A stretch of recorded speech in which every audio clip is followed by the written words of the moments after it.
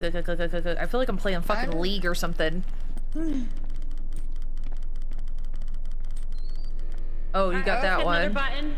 All right, Lit. Okay, is there another red path? Not that I saw. God, my finger hurts. Okay, let's play mermaids. Come on. Yo, what the fuck?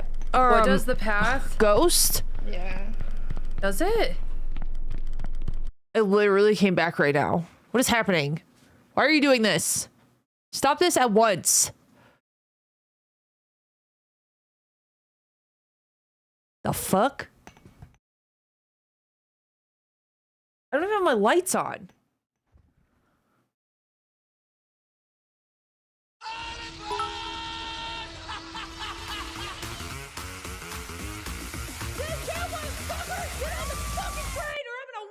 I'm so glad I came back when I did.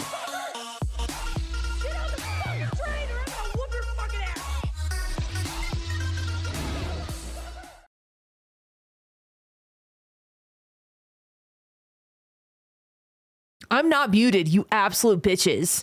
I'm not muted. I am not muted. I know this. I know this for realsies. Oh shit, my lashes are still on my keyboard.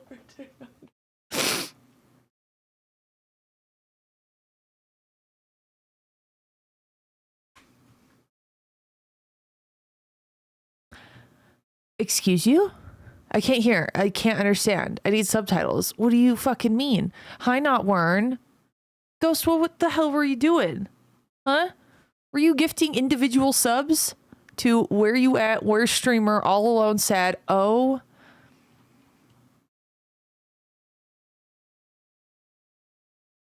I'm gonna start saying the most outrageous shit because you guys allegedly can't hear me. Allegedly. Is it really day 18? Did I just like skip a day?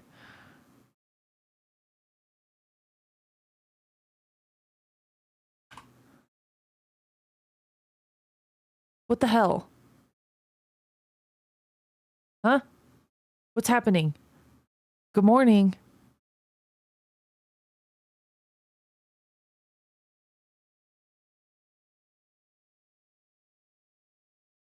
You guys are fucking wieners.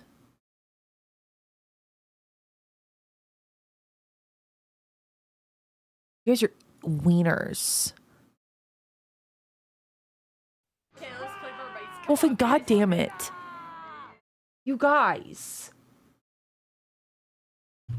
You guys. You guys. Oh, this is like lighter than the black I have. Almost gray. Okay, I'm glad I didn't print something bigger. What the hell? Guys, I'm fighting you right now. Put him up. Put him up. This is a stick up. I'm gonna kick your ass. Anyway, say good morning or something. I don't know. I was just in here turning my shit on and opening my windows. And I look over at chat. And there's a bunch of bullshit in chat. I also updated that link. Those are the updated goals. Look at them at your own peril. Guys, what the hell? Good morning. Hi, Greg. Hi, Canada. Hi, Deep Fried. Hi, Wolfen. Hi, Clabbers. You guys are wieners. The hell? We're almost 8,000 sub points. We're at 79.45 sub points. I think we got another emote yesterday. Choo choo MF. Hi, C-dubs. No, it's not Choo Choo. No.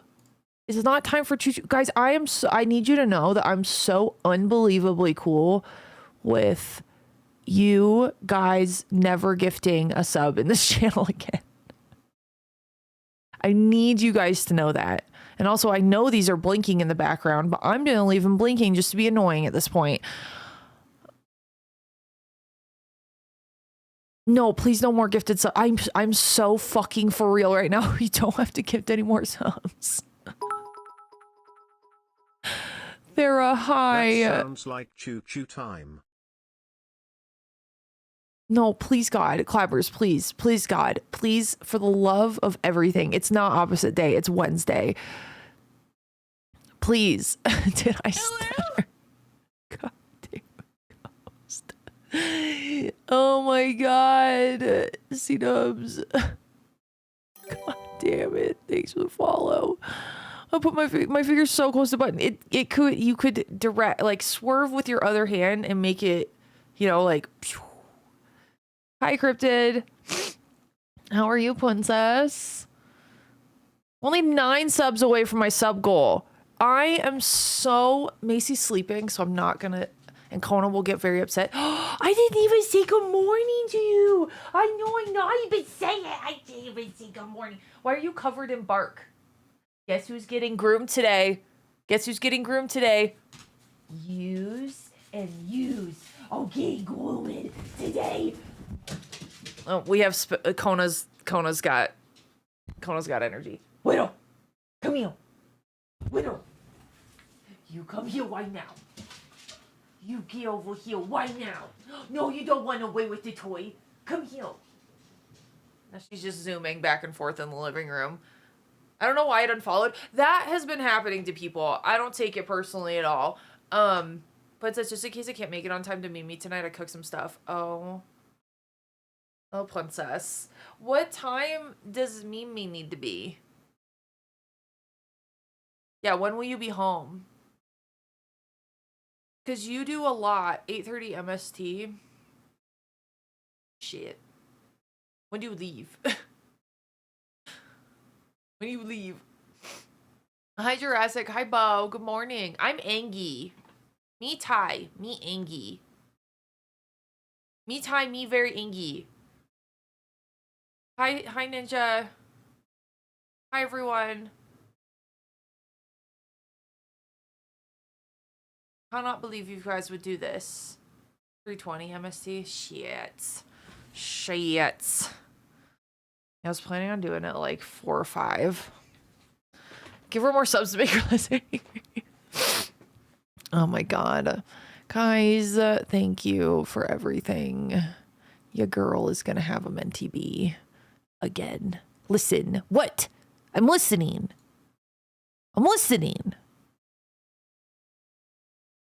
Good morning, Ball. Look what they've done. It's Ghost's fault. Thank you for... Oh my God, I'm so glad that train left the station. I could catch highlights through Greg. Okay, that works. Yeah, for the other thing. Hi, Ball. Good morning. Hi, Jurassic. Why am I Angie? I need people to stop giving me subs. Thank you, Jose. Thank you, Princess. Lurking with stream muted, so yell at me if you want. Tar's like, la la la la la. Lurking with the stream muted. Oh so my God. I can't hear you. Choo choo flower. Anyway, the choo choo will be back. You do it for me as a streamer already. I just want to make you happy and have laughs. Yeah, it'll be fun. It'll be fun. I haven't done a meme in like, what, 3 months or something? I need to get Greg and I's most recent meme up. I might do some work today. That much matches the hair. Wow. It's gonna be something. 7K today? Like this? You mean this?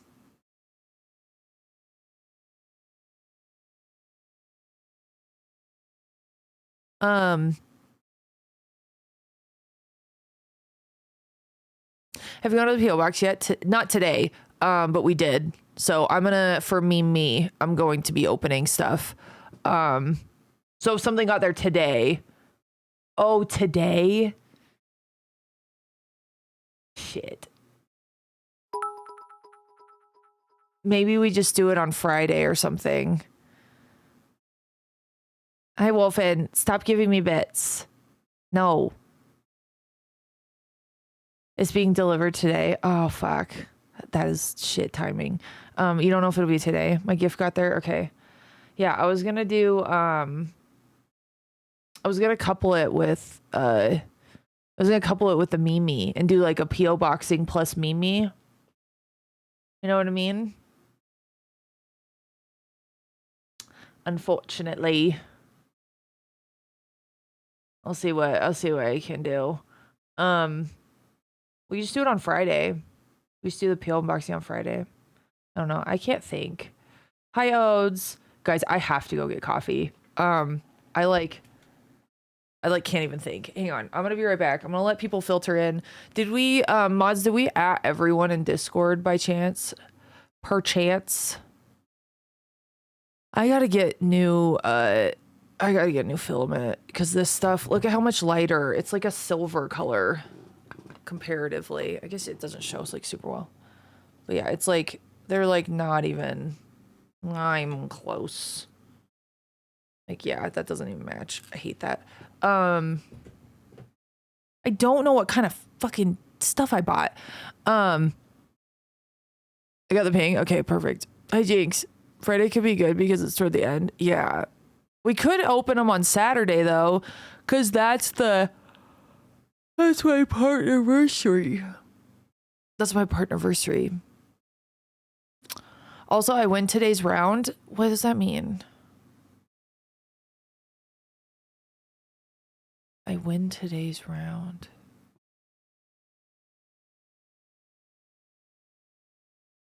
What does that mean? Okay, I'm going to go get coffee. Quick sub bombs and bit bombs, everybody, while she's gone. I'm still here. I'm still here. I haven't been hiding these nuts. Things have been a little overwhelming. Chat. So I have not. I mean, what happened? It's you guys. You guys happened. Okay, I'm gonna be back. Oh, I did legs yesterday. Oof, duh.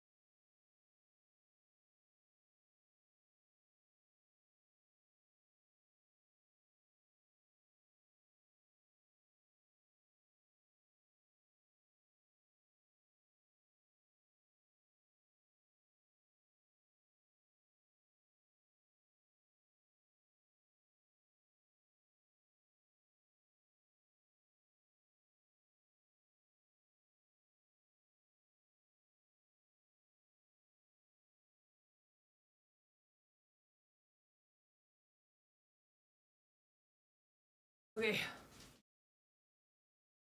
Sorry guys, I have to do my dishes. I have to do my dishes. I need to take my trash out. Hi, Speedy. We are 49 from the 6. Can we just like, if you guys get to 6, if you just get to 6969, can we just like live there? Would that be great? Would that be cool?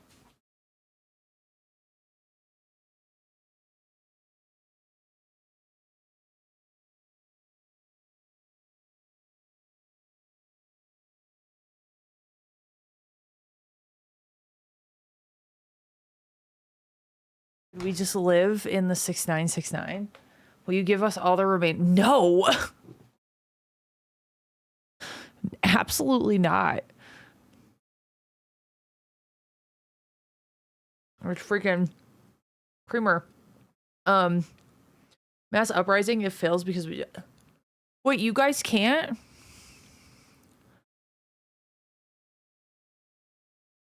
What's happening? Are you okay, Troopy? Hi, Taz. I heard a good source from the next stop. It's 420. I like that number. That's a funny number. I like your funny words, magic man.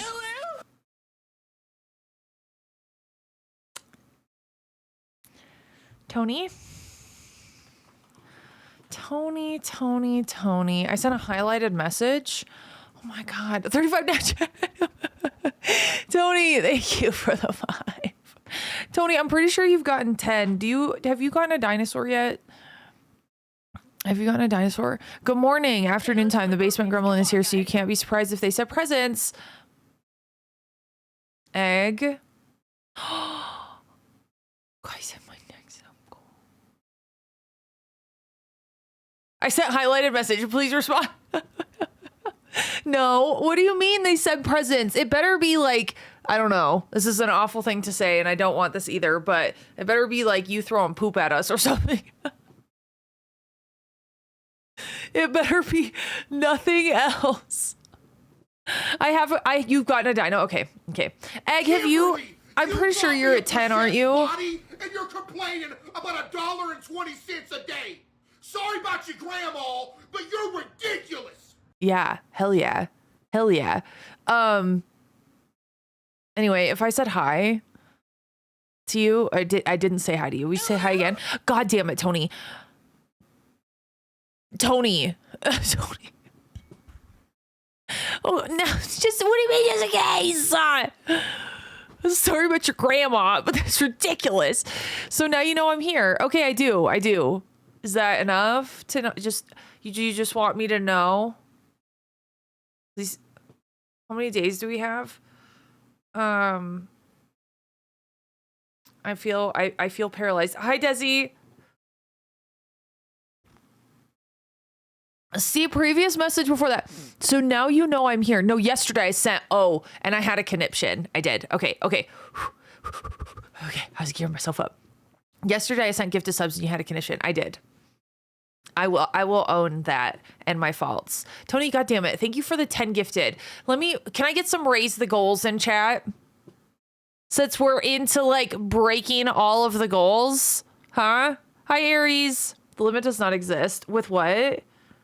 How many days? I'm toying the idea of doing destination drive mode activated. What? Where are you taking me? No! No, not again, please! No, not again, no! I've never Queso was on the exact same wavelength at that not again. The sacred number, the sacred 6969. Wow. Behold. The sacred number. I feel like we should start a religion out of this. Like, this feels like a spiritual moment. Speedy, okay, I'm not gonna yell at you because I said it's fine if we get to 6969. Anything over this, I'm accelerating my yelling. Yeah, look at that. Look at that.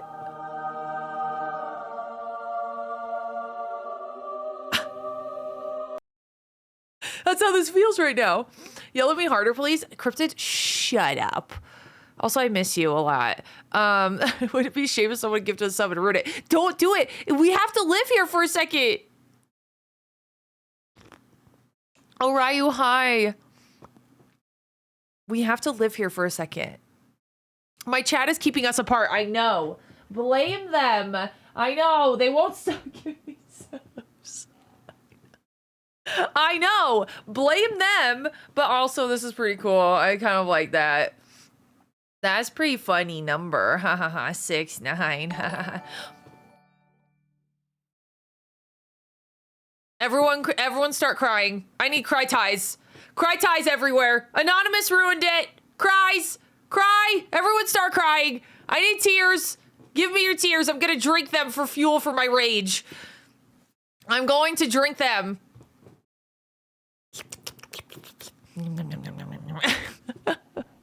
Ban the whole chat. Just ban everybody. Ban them. Everybody. Ban We're them. doing a hard reset. Ban them, especially Anonymous. Anonymous is insane. Hi, Living Dead. How are you? How are you? Yay, Anon ruined it. We were having a moment, Chad. What? Guess who's getting groomed today? Because, yeah, today's... Oh, wait, is it? Oh, no, it's not today. It's next Wednesday. I thought your little stinky asses were getting groomed today.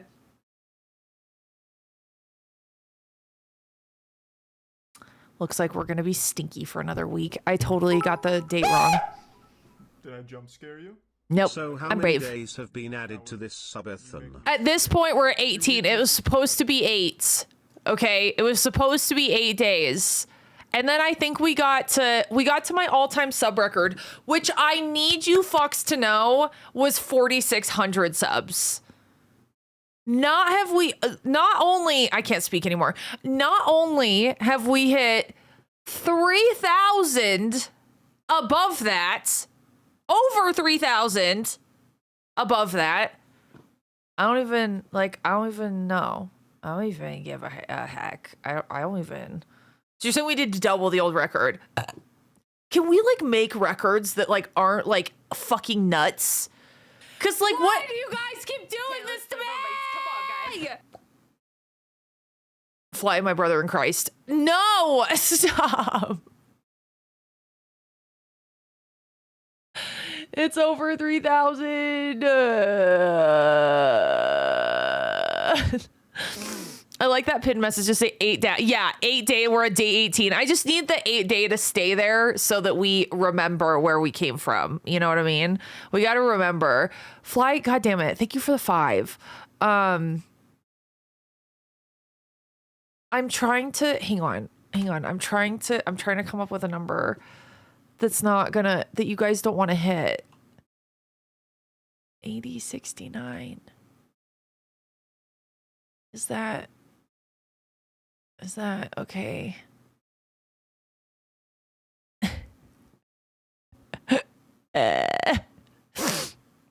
Oh my God. Yeah, you guys, literally chat is that meme of chat's that meme of Kylo Ren where he's like, more.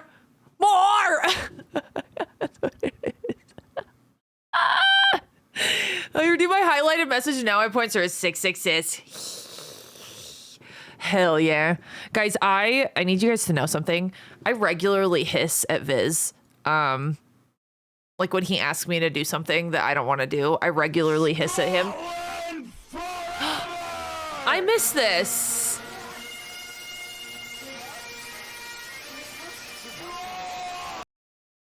I miss it. No, I didn't say more. We're averaging 387.5. That's crazy. We were at 420, which was pretty funny for a minute. That's pretty funny. Ha ha ha ha ha. Is anyone laughing?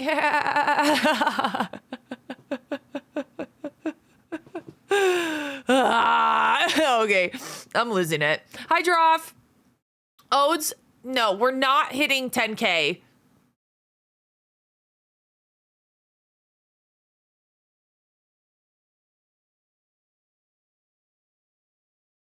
Also, Speedy, have I sent you a mug yet? Because if I have something, I kind of want to send people personal merch. So I sent Nair one, and it said it has like in this area, it says Nair what the fuck. I kind of want to send you guys like personalized merch as part of your care packages. As part of your care packages. I has the Dino Heart mug. Okay, I kind of want to send something personalized. She challenges chat's drive. No, it's more just like my own personal fears and shortcomings that are coming up right now. You know what I mean? I gotta send you your pair packages. Because anybody who's gifted... Wait, what am I doing? Anyone who's gifted over 100 subs is getting a pair package. Pair package. Get your pair packages here. I know I want to cut it with piss mug though. Oh my god. That would be wonderful. Yeah, pair packages. Don't nerf it, nothing. Remove it. I love how much Queso yells. Like, I just feel like I could... Every time I hear Queso yelling, it just reminds me that there's more yelling to be had. And that I could do better. I heard gift another 100. Ball, you shut your whore mouth.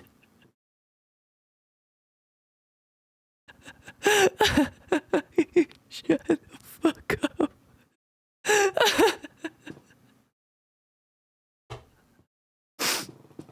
Sorry, I called Ball a whore. That was pretty rude. I'm just gonna escalate the insults. It's gonna get worse. I hope you guys know that when I call you whores and sluts and shits and fucks and what's some other stuff I call you? I've been calling everyone sluts lately. Insult harder. Payday's coming? No. This is the problem. I should have kept it to 8 days, man. Because if I kept it to 8 days, then multiple paychecks. Paul, don't worry. I don't think you're a whore.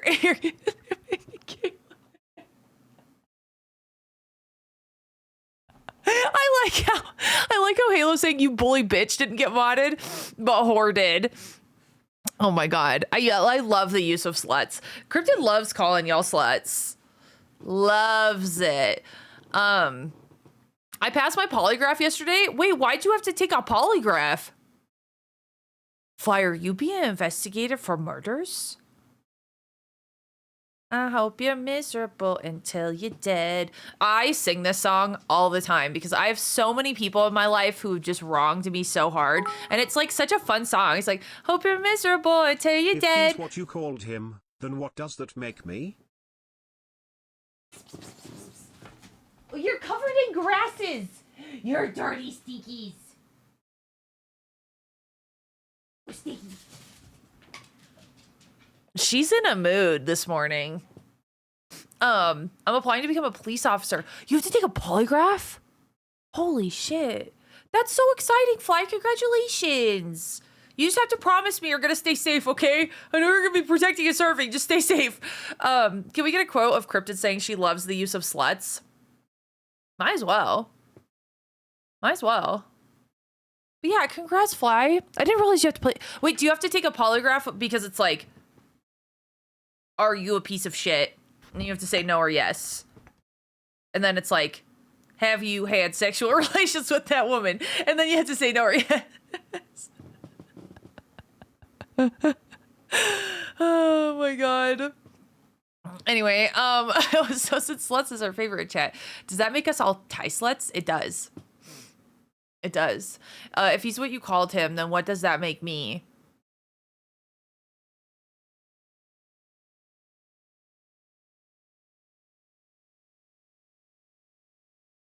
I can't think of anything good right now. My brain's, hang on. It'll come to me naturally. We have to let these things flow. You know what I mean? First, Automon infringes on my right to say piss, and now I can't even say whore. Yeah. Yeah. Down with Automod. Oh my god. Yeah, she calls us poop heads too. I do. The hamster's dead? Your hamster? Guys, I can't tell what you're saying. My dog got woodchuck and squirrel. Like your dog ate it? Your dog ate a squirrel.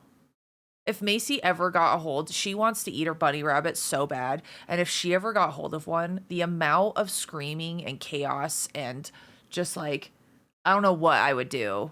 I would more of unalive. Oh my God. Yeah. If this murder machine gets a bunny and the bunnies are so cute. They're like cotton bottom bunnies. They have like their little cotton tail. Oh no, got the itch. Oh, elbow Modern itch. is cold and Oh, ugly. oh, okay, shit. keep living in your house with your oil Oh. lamp, eating Oh. bread and Oh, porridge every now day, she's living awkward. like it's the 1560s. No. Did you have an itchy elbow? Bean, what is going on? Bean? What happened? Oh no, it's upset for some reasons. Oh. Oh, girlies. That's so good. Oh. Coda, okay, my tattoo is like mostly healed, but not enough for you to do that, Miss Ma'am. Miss Stinky. You're so stinkies. Oh, get her. Get the sister.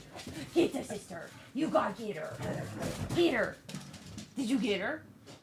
Didn't. Oh, you didn't get her, but you tried. You tried. They're so unsure of each other. Like, their play styles are so different. Coney. Oh, you waggy, you tail. So cute is why, cause you is most cute. Just a wag a tail and be a butt. She really goes crazy when I do this. Who is, hang on. Oh, you're leaving. When I go, who is that butt? She like goes nuts. Anyway, German Shepherd Collie mix. Oh yeah, that's a murder machine. Police Canine Dropout. Oh yeah, she's gonna be every day I'm murdering. We're Cryptid's favorite sluts. I would like to think that I'm Cryptid's favorite slut, but you know, you win some, you lose some. Hi, Mr. Candyman. Ryu, hi. Hello, world. Yeah, they just want to see if you're hiding anything. So, like, have you had sexual relations with that woman? And you have to say no. Oh, the hamster's in your brain? Oh, yeah. I don't have a hamster in my brain. Thera, let's go. You got gifted a sub. I did, Tyler. I reacted to it. I did. I saw it.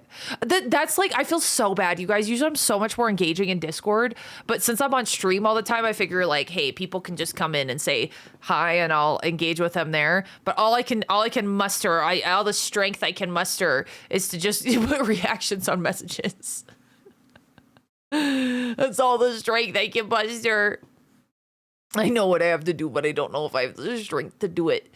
We had some rats living in our patio chair cushions one year, and Sadie went out one day, sprinted towards something. Not dead. She was just holding it like it was a present. So my cute like golden retriever, he's been gone for like 9 years now, but his name was Jackson, and he was this 110-pound, like, and not overweight. He was just a big dog. But he was the most gentle giant. He was in my grandparents have a horseshoe pit, and he was like, he's not a digger. He was just a very chill dude. But he was like slowly like digging and nuzzling like at the sand, and we were like, Jack, what are you doing?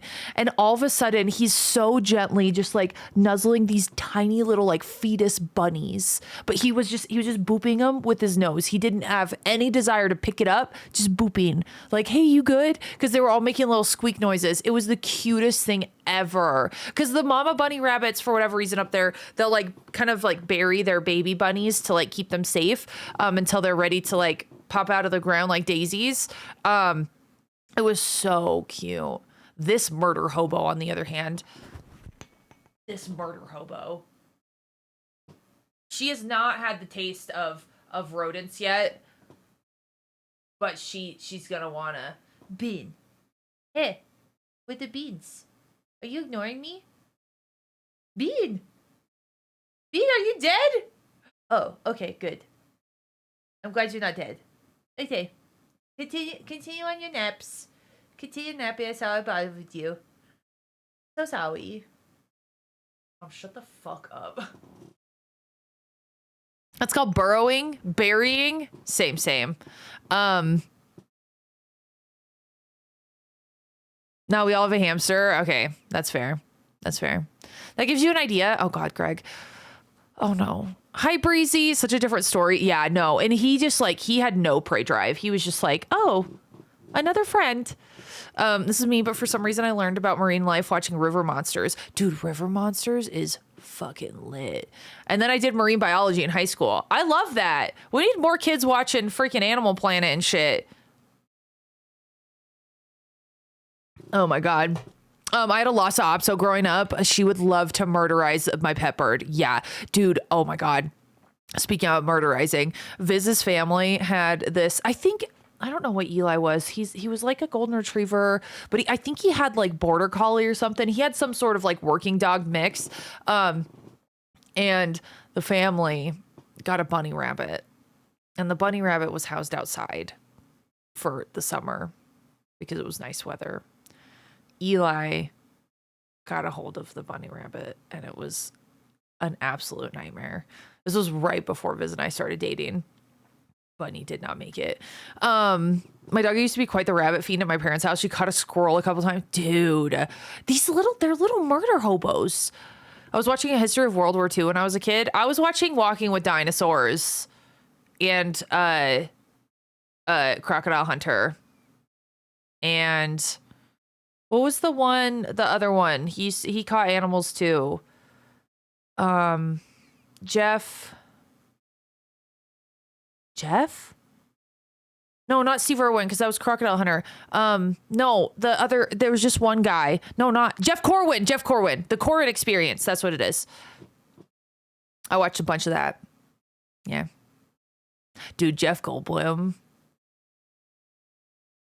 I know, rip Steve Irwin, dude. I love that Robert and Bindi are like continuing on his legacy. It's so cute. Robert Irwin, he's the key. Like, we have to protect that man at all costs. He is such a cutie. Okay, guys, listen. Jeff Goldblum, I don't know what it is about him. He seems like a mystical fae who has like just chosen to spend like an immortal mystical fae who has just like chosen to spend part of his lifetime like with humans. Either that or he's like this mystical alien who has just chosen to spend, you know, a little while with humans. First of all, the man has not aged.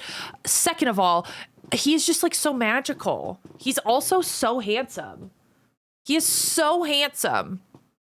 I'm telling you, I get the same vibes from Daddy Pedro. Like, they're just these magical creatures that like we don't deserve. And they're just living amongst mortals just for a short period of time. Like, that we just get to be graced with their presence for just a very short period of time. I'm not complaining. I want a hug from Pedro, dude. I know so many people also want that. I know so many people like just want to be his friend. He's so cute. He's so cute. I could die. I learned more from Jerry Wade than I did a marine biology teacher. My dogs are whole murderers at our old place that would dig them up. Oh my God, that's horrible. I was hooked on, dude, I love Zaboomafoo. Hi, Bread Cat. But yeah, Bill Murray, although Bill Murray definitely has aged. Yeah, he definitely has. I feel like there's like an age where you just accelerate, but like Jeff Goldblum's like 60 something, isn't he?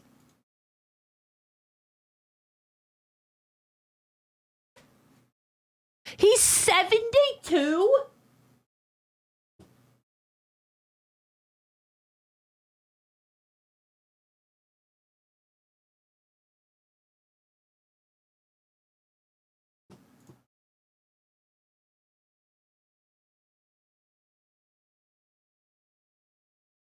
With his cute little glasses.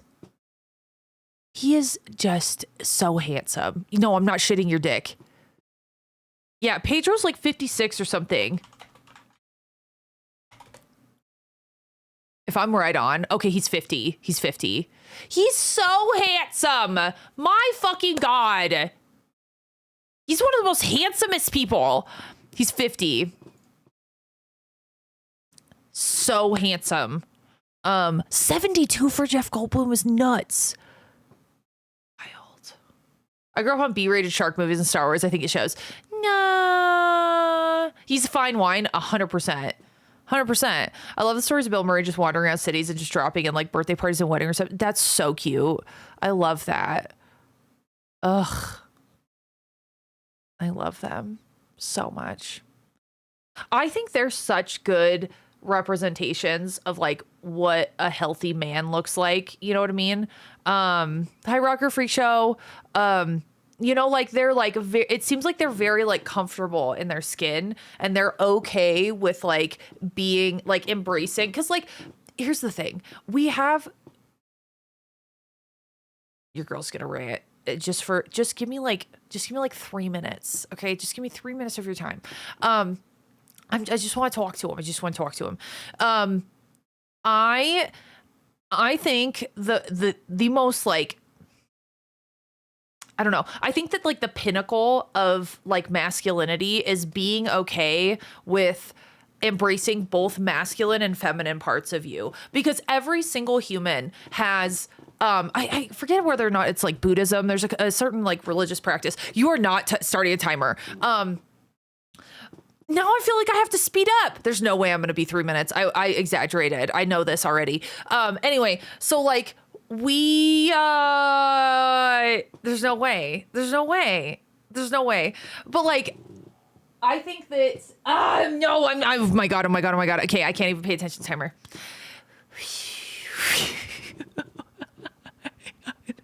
Hang on.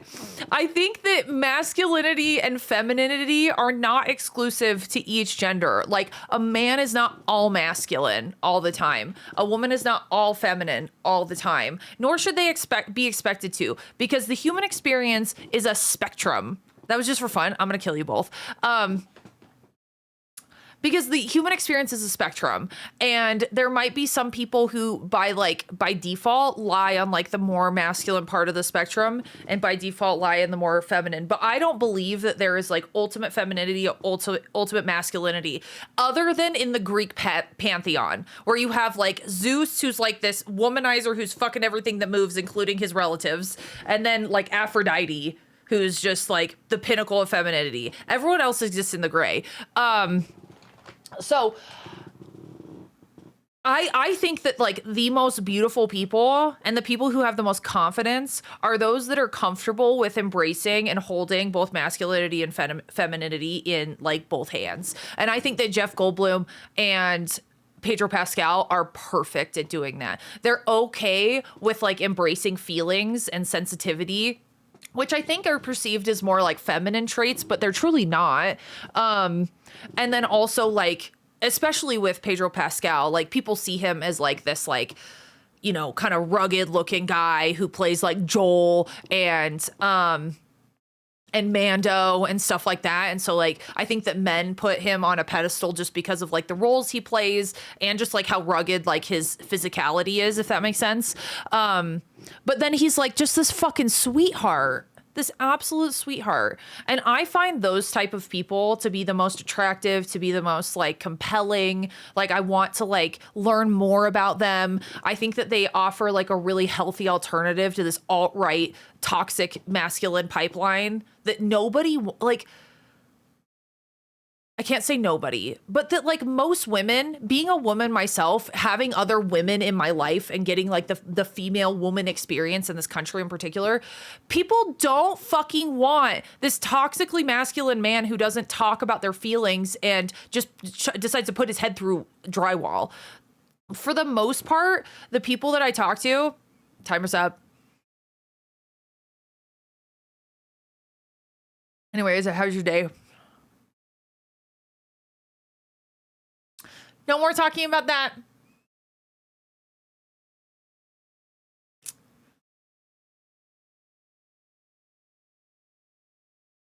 You keep going as a bit. I'm just kidding. I'm just kidding.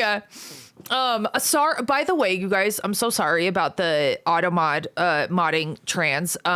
We have it in place because I, number one, was on the Together with Legendary Women panel, and people say derogatory terms when you are part of a marginalized community. I'm also part of the Pride Guild.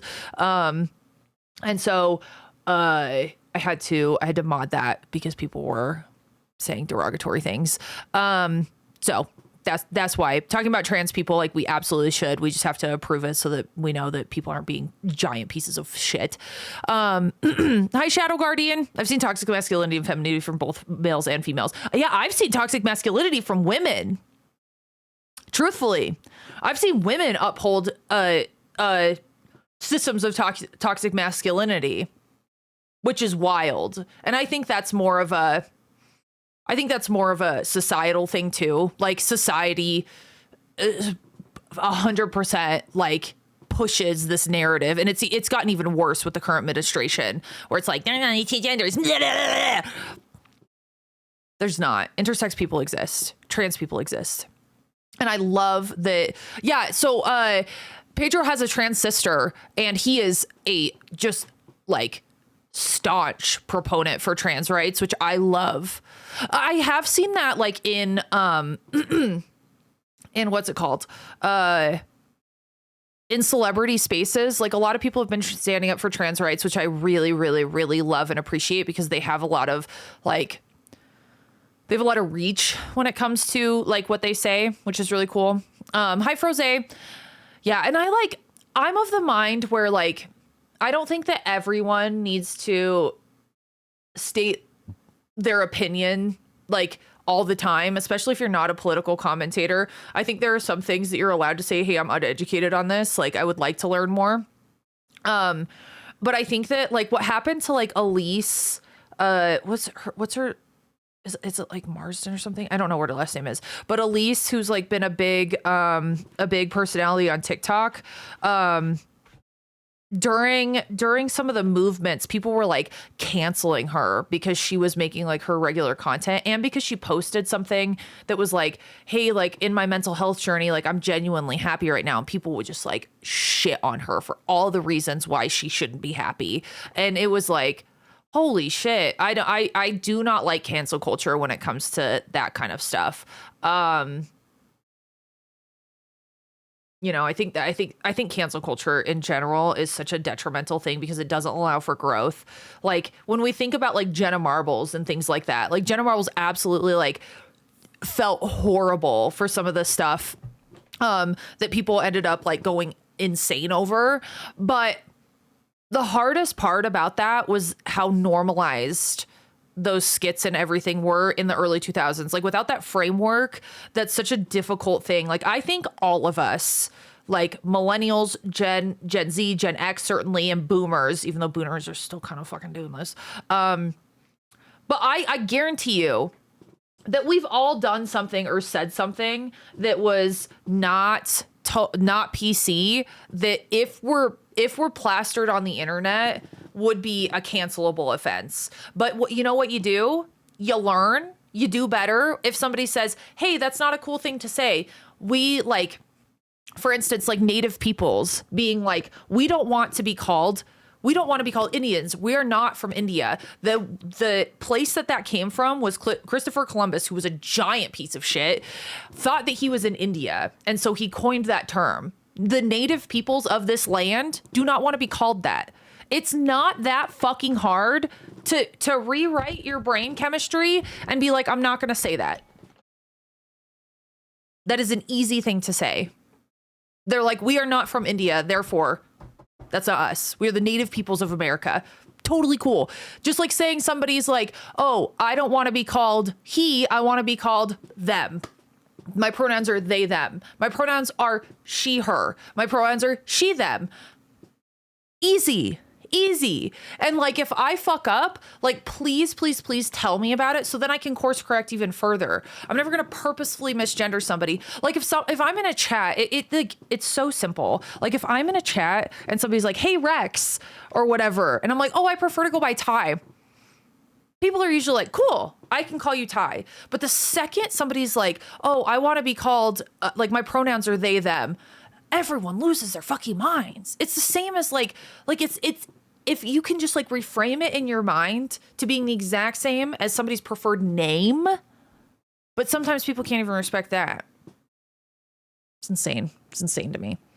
Respecting pronouns is like so easy, but that's been like such a hot topic for the freaking alt-right. It's kind of interesting how having seen more and more Pedro Pascal now that he reflects as the character he played in Game of Thrones. Yeah. Oberyn Martell was also like just hot as hell. Hi, Madam Panic. Yeah, Jenna Marbles' name I haven't heard in such a long time. Dude, I still watch a bunch of her old clips. I like, if people are apologetic and they're like genuinely trying to do better, I am a big believer in, you obviously should hold accountability. Absolutely. You should hold accountability. You should hold people accountable for what they say and do, but we should also offer room for growth. If we don't offer room for growth, I've seen this time and time again, then people will double down on these really awful ways of thinking. Because they feel more accepted by that community. I think this is something that the people on the left like don't necessarily embrace a ton of, because there's like this there's almost this expectation of like being perfect. Gotta go to school. Bye, Jose, I love you. Hi, Drum. Sorry, I'm ranting. I'm so sorry, everyone. If I'm a little slow on chat, that's why. But I think this is something that people who are more left leaning could get better at, is allowing people the space to grow and to fuck up. I think there's this expectation of like perfection, especially when it comes to public figures, that is just unattainable for a human being. So I absolutely think that we could do better, because like if somebody says something, you know, back in 2013, you know, or even the 90s, like completely different situations and different societal things going on. Like everyone was saying like the F word, like it was an insane thing. Things that were not like socially acceptable now.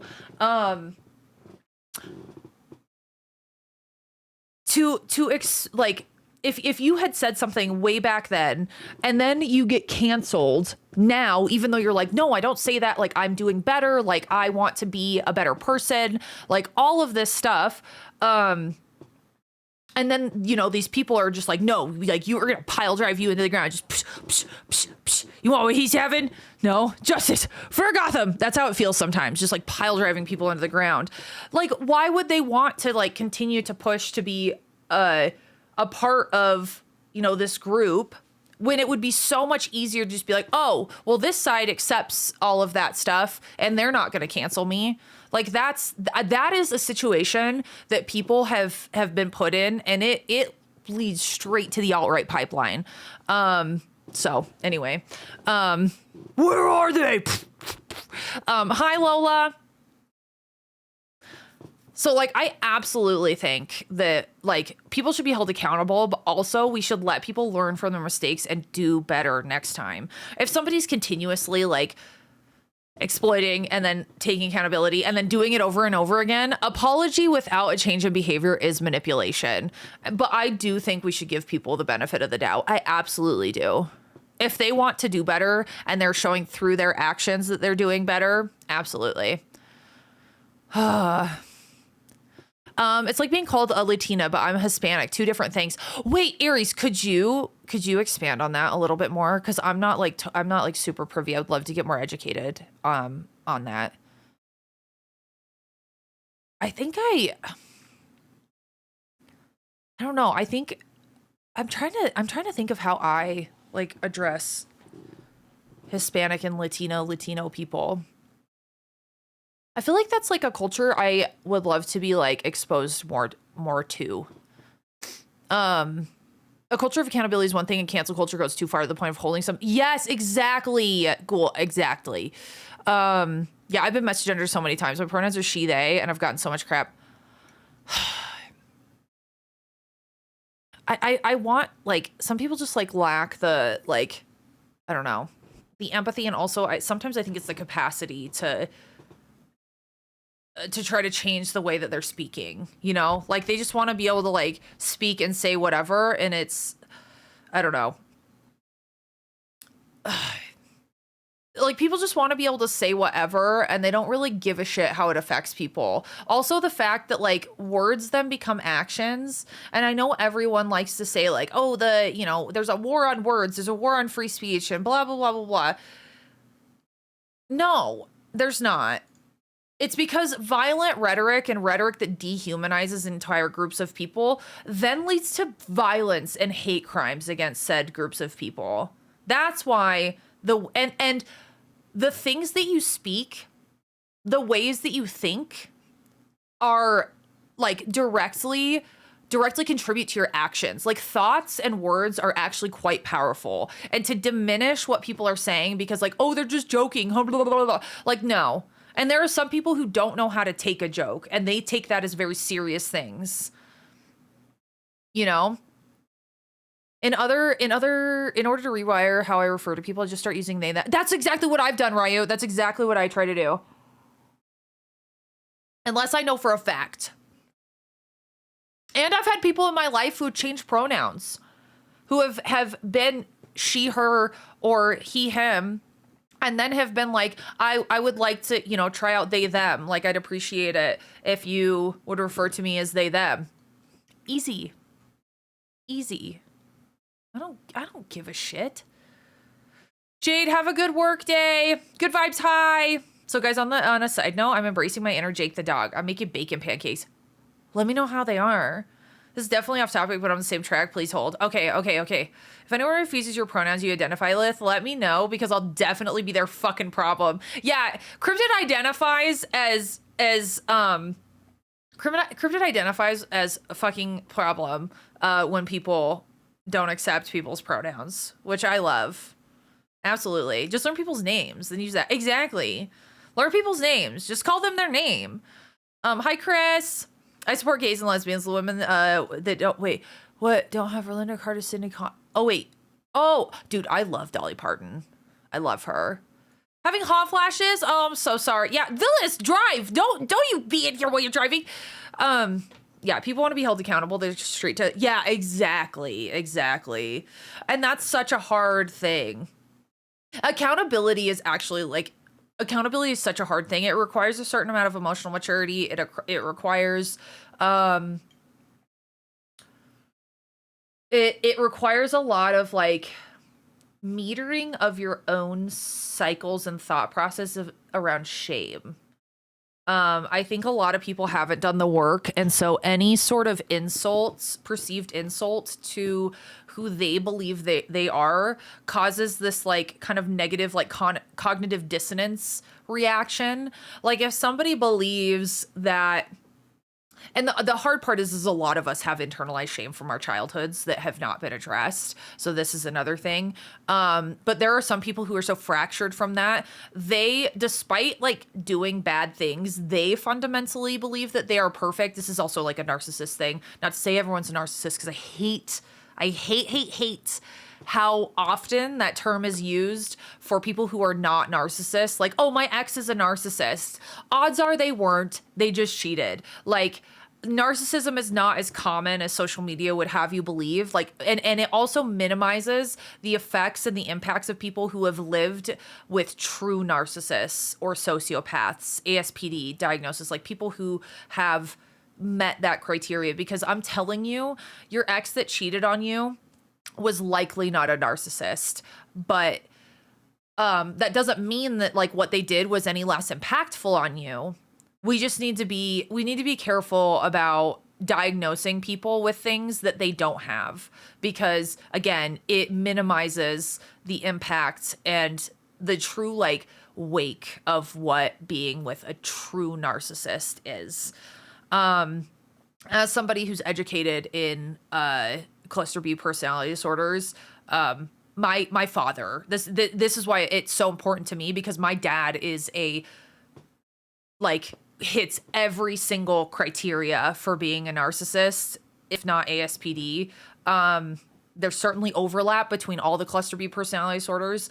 And having lived with that, like I see, I have a different perspective on when people are like, my ex was a narcissist. Like my ex best friend would say, oh, my ex was a narcissist. And it was like, he's actually not. He's just very privileged. That's what it is. But yeah, I came into the convo and I completely agree. Apologies about change behavior is just manipulation. That friend I bring up, I'm not friends with anymore. They would always think that they're taking accountability, but then they would just do it again. Once a mistake, twice a habit, and more than that is yes. I think the worst part I've ever had, worst phase I've ever had in my entire life was uttered recently by the American right, the sin of empathy. I've never recoiled from a string of words with more horror than that with the actual what? Oh, I haven't read that. It's a book? Oh, the sin of empathy. Oh, they're talking about the sin of empathy. I'm convinced that like American, and I'm not demonizing a religion or Christians, but I've seen this like very concerning trend where like people say that they are Christian, but if the teachings of Jesus were happening right now, Jesus was on this planet right this second, they would hate him. He preached about loving thy neighbor, about giving to the sick and the poor, about taking care of the most vulnerable in our population. All of that is being looked at as weakness. I do not get it. I do not get how you can be a Christian and not actually take like Christian, like you believe in the teachings of Christ, how you can justify some of the shit that's going on. Like you would call Jesus a flaming liberal and try to freaking deport him. Like that's crazy. You know, if you're going to say that you're a Christian, actually live by the teachings that you profess, you know? But yeah, so a long time ago, I must have said at work, about me and pickles. I came in one work and a jar of pickles was in my locker. I asked who done it. Nobody answered. Came in a week later, another 2 jars and asked who done it. The cycle repeated itself for 6 to 8 months and I told time and time again. The joke was funny the first time, but please stop. I hate that. And just recently on my birthday, that sucks. People would thought it to be funny. It wasn't funny. But then I asked who done it and I found out it was everybody. Oh, that's bullying. I hate when pranks become bullying. Like when you talk to people and you're like, don't treat me this way. And they're like, oh, but it's funny. It's like, no, it's not. I'm so sorry, ghost. That sucks. Problem is some people will just try and correct and ask nicely. Others will lash out if mispronounced and people would take, yes, rinse. I have seen people, and unfortunately it does actually a lot of damage to the movement. There's a specific influencer that I'm thinking of in particular. I'm not going to name them, but they purposely go around and try to pronoun bait like service workers in particular, and then freak out when they get misgendered. And I think that does so much harm to the trans and non-binary community. And it really sucks. I know that they think what they're doing is like this novel thing. It's so bad. Oh, it's so bad for the community. And unfortunately, the really loud, really vocal people like that elicit a very like primal response from people. And that just sucks. That just sucks. Yeah, Warren, I'm pretty sure. Yeah. Not a fan of that creator. Yeah, Hispanic and Latino are often used interchangeably, and they have distinct meaning. Hispanic individuals. Okay, hang on. Wait, Hispanic and Latino are often used interchangeably, but they have distinct meaning. Hispanic refers to individuals with Spanish-speaking backgrounds, while Latino refers to people from Latin America. For example, if a person from Spain would be Hispanic, but not Latino, while a person from Brazil would be Latino and not Hispanic. That makes sense. And that makes sense why people would fuck it up, because they just assume, oh, Spanish-speaking Hispanic, like... Interesting. I absolutely will work on that. That makes too much sense. That makes so much sense. It's all about like origin. So interesting. Thank you for sharing, Aries. But people thought it would be funny. Oh wait, hang on. Somebody called my stroke survivor mom a narcissist because they didn't explain something to her right away and they took it as her taking advantage of them. Yeah. Not everyone's a narcissist. You matter more than you realize. The world's a better place because of you, and your presence makes a difference. Chatty, I appreciate those kind messages. I think everyone in chat should read Chatty's messages, by the way. Absorb them. But yeah, I know what you mean. My father's an actual narcissist, and the word it gets so overused. Not everyone is a narcissist. Not everyone's a narcissist. There are very, very, very specific criteria. I mean, I would love to do, I mean, I've done this before.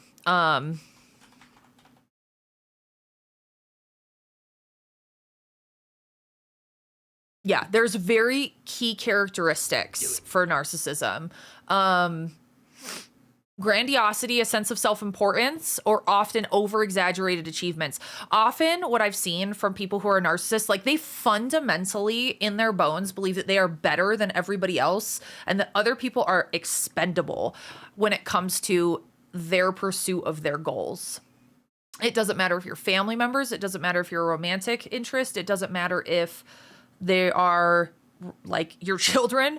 Everyone is expendable if they are not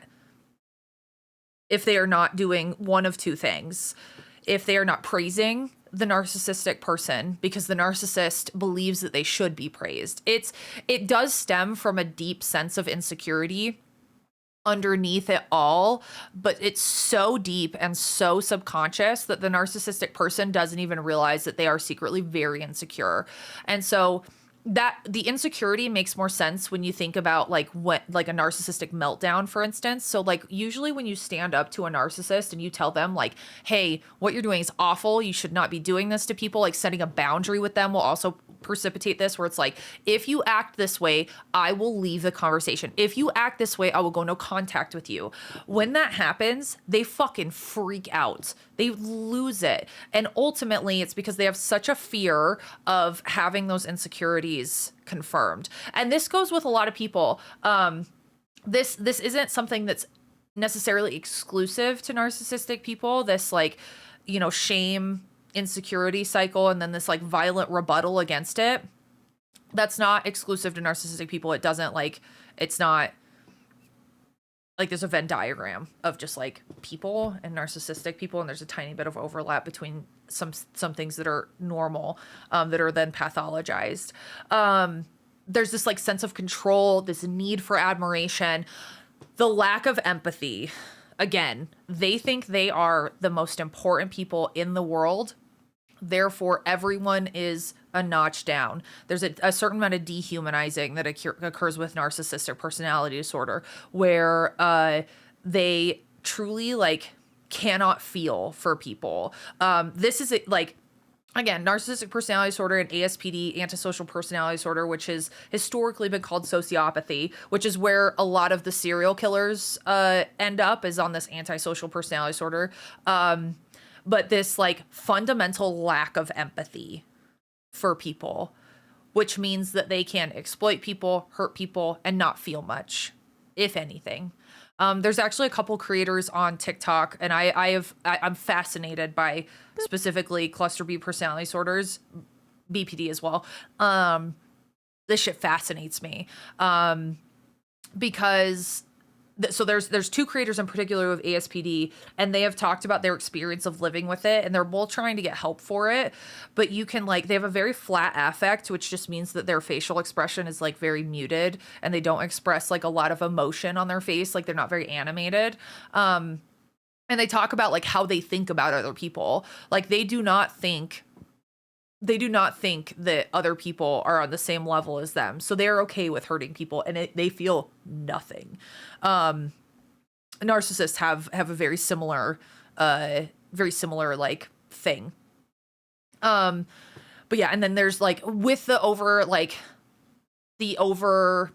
self-importance, there is this like this arrogance about them. Like they are better than everybody. So that's, and then like, okay, I'll just go through the whole thing. Exploitative behavior, because they'll take advantage of other people. Entitlement. They think that they deserve special treatment because they are so special. Hi, Rev. They envy others that have what they have. And then there's a preoccupation with fantasies of success, power, brilliance, beauty, and like ideal like admiration and love. And then there's also, this like vulnerability thing. They're very sensitive to criticism. And so there's a creator, oh my God, who writes that book? What is it? Living with a Narcissist podcast, I think it's called. What's her name? Are you dealing with a narcissist? Hang on. This one's with Mel Robbins. Who's this doctor? There's a doctor. She's a doctor of psychology, I believe, and she has a podcast about healing from living with a narcissist. Dr. Ramani. Ramani.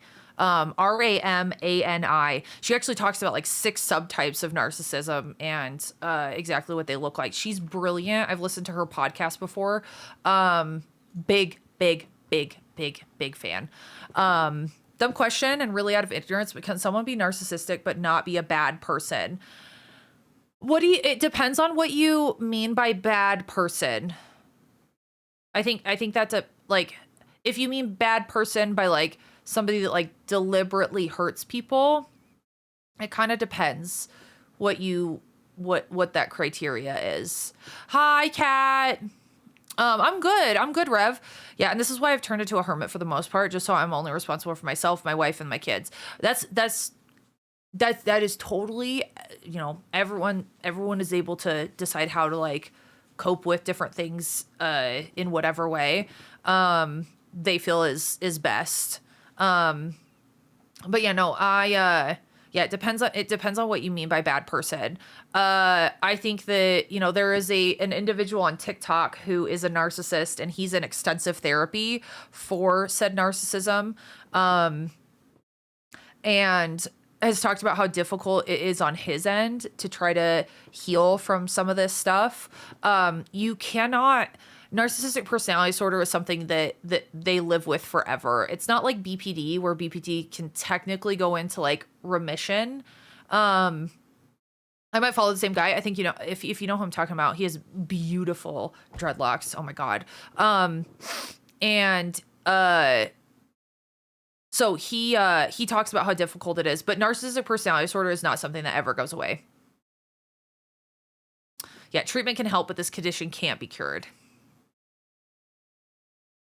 They are also finding that there is a genetic component to narcissistic personality disorder in as well, which I think is very, very interesting. Like if you have a narcissistic family member, the odds of you, or like if say the narcissist has a family member, for instance, that also is narcissist, there is like a genetic component, so it increases the likelihood of that person being a true narcissist, which is so hard because like the wake that narcissists leave behind is so profound. It's much different than like, my ex, hurt me, or he lied, or she lied, or she cheated on me, or he cheated on, like whatever. It is so much more fundamental and damaging than that. There is a pattern of gaslighting and belittling and abuse. And like, what's hard is that lack of empathy in the narcissistic person, again, causes them to dehumanize and treat others as subhuman, which allows for an extraordinary amount of abuse with no empathy, which is an extreme just disregard for how the other person is affected by their behavior. It's hard to explain, but I guess could they always end up hurting someone unintentionally, like taking advantage of them, but maybe they don't realize what they're doing? Yes. I think that for the majority of narcissists, what's really difficult is they don't see anything wrong with them. And that sense of like empathy and remorse in general isn't there. So the odds of them seeking help are very low, which is hard. There are certain individuals that will, and again, like a lot of these are, we're in a little bit, it's more like education, Tar. I'd say less than a tyrant. But what's it called? I lost my train of thought. There can be like a spectrum of severity when it comes to narcissistic tendencies. And again, it might be helpful. I don't know if you guys are open to it, but we could watch this video on the 6 types of narcissism that Dr. Ramani puts together. It's fascinating. It's really cool. It's not cool for the people who are victims of narcissists, that's for sure. As somebody who, yeah, like I cannot emphasize enough the amount of damage that narcissists do. I'd be down to learn about it. Yeah, it's really awesome. And Dr. Romani has dedicated her entire life to studying narcissistic personality disorder. Kids that want to say you're amazing, smart, caring, compassionate, honorable, and my so mommy. I love you, Dev. You're so beautiful. Everyone go follow Dev right now. I love her so much. Also, I saw that you got loved on by your chat. I saw you got loved on by your chat. I want you to know that you deserve every fucking bit of it, and don't let that mean voice in your head tell you anything else. Okay? Love you. I hope you have a good day. Thank you, T, for the bits. I'm in the shadows. No, you shut up. Love you. Anyway, I know I'm not a narc, but I always fear about how I go about life to never repeat the same behavior of my dad and grandfather, who are both diagnosed narcs. Yeah. So Hey, that thing you just told Dev about deserving it. Now say that to yourself. Can't hear you. I'm dead. Can't hear you. I'm dead.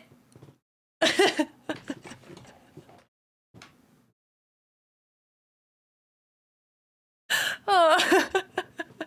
Thank you, Tar. God damn it. God damn it. Uno reverse on Dev's behalf. There's my obscene Uno reverse command. That's been there since like the first week of me streaming. Okay. Anyway, yeah, I think it'd be helpful, you know, to learn about some of this and have somebody other than me talk at you. If you can't hear it's because you're dead. Would you mind the next Anon 500 bomb? I'll just be dead for the whole thing. Just if you tell me to be nice to me, you stop being mean, my friend. Fine, Halo.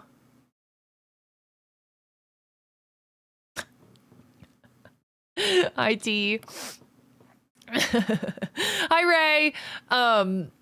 Yeah, this is going to be very educational. I want people to know that if any of this, it shouldn't necessarily be like sharing of like super triggering topics, but if you do find yourself in a space where you are triggered, please either put the stream on mute. I do not take it personally if people have to leave because they're triggered, if they don't want to hear a certain thing, anything like that. So if you do find yourself in a place where you're getting a little bit distressed just learning about this kind of stuff, I go into these things having the experience that I have.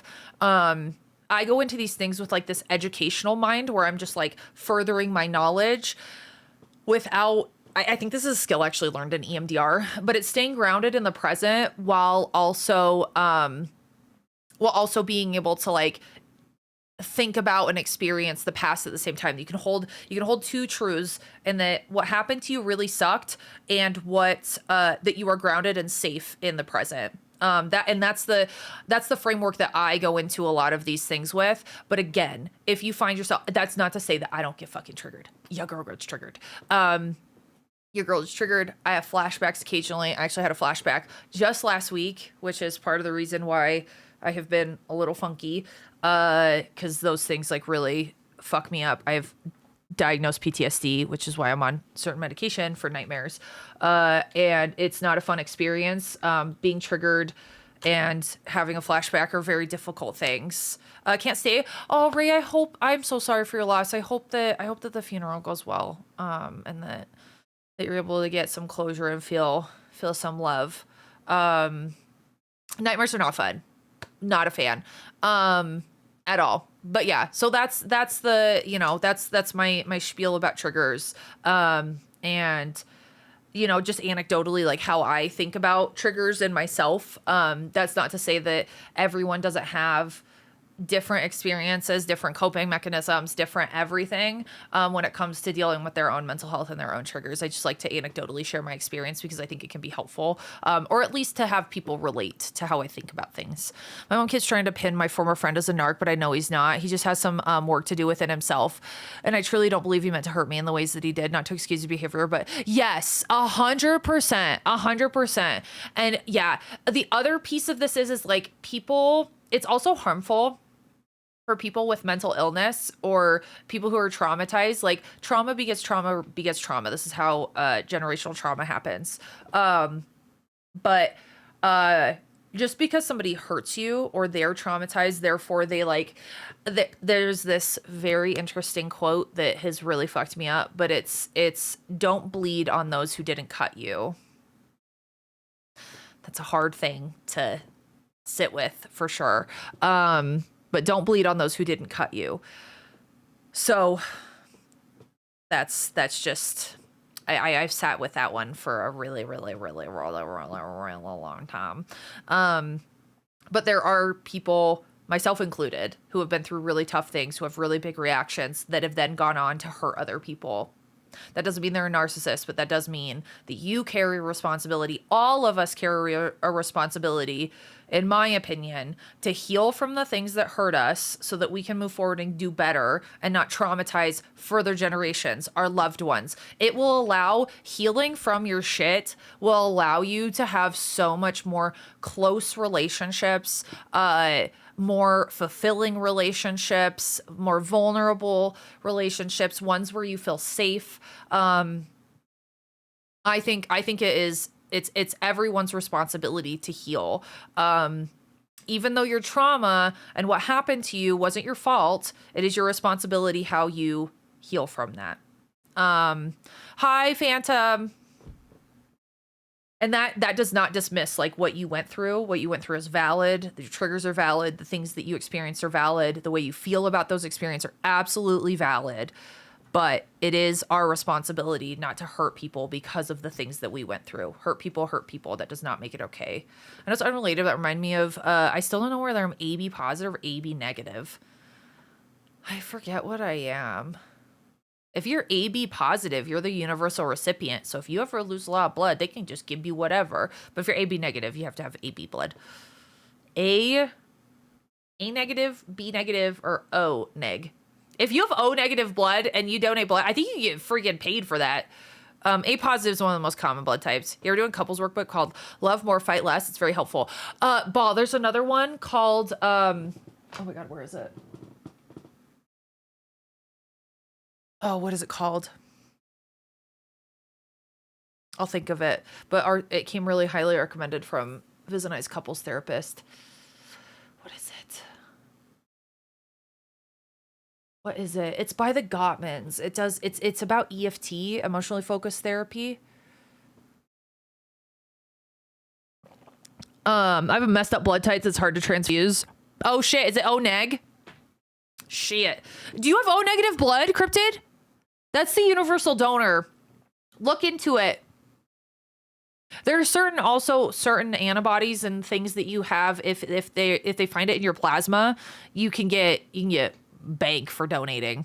I can't donate because I get a vasovagal reaction and I pass the fuck out. Even if they take a vial of my blood for a blood test, out. As somebody who's seen an inordinate amount of blood, so much blood. Oh my God. I get my blood taken. It's over. I'm O neg. Let's go. My type is B positive, which is hilarious because if I was cynical, I just spit. You know what, Tar? Just be positive. Oh my God. Oh my God. It took a lot of blood products to allow me to have a successful transfusion. Oh shit. I'm terrified of needles. I'm not scared of needles. My body's just like, lights out.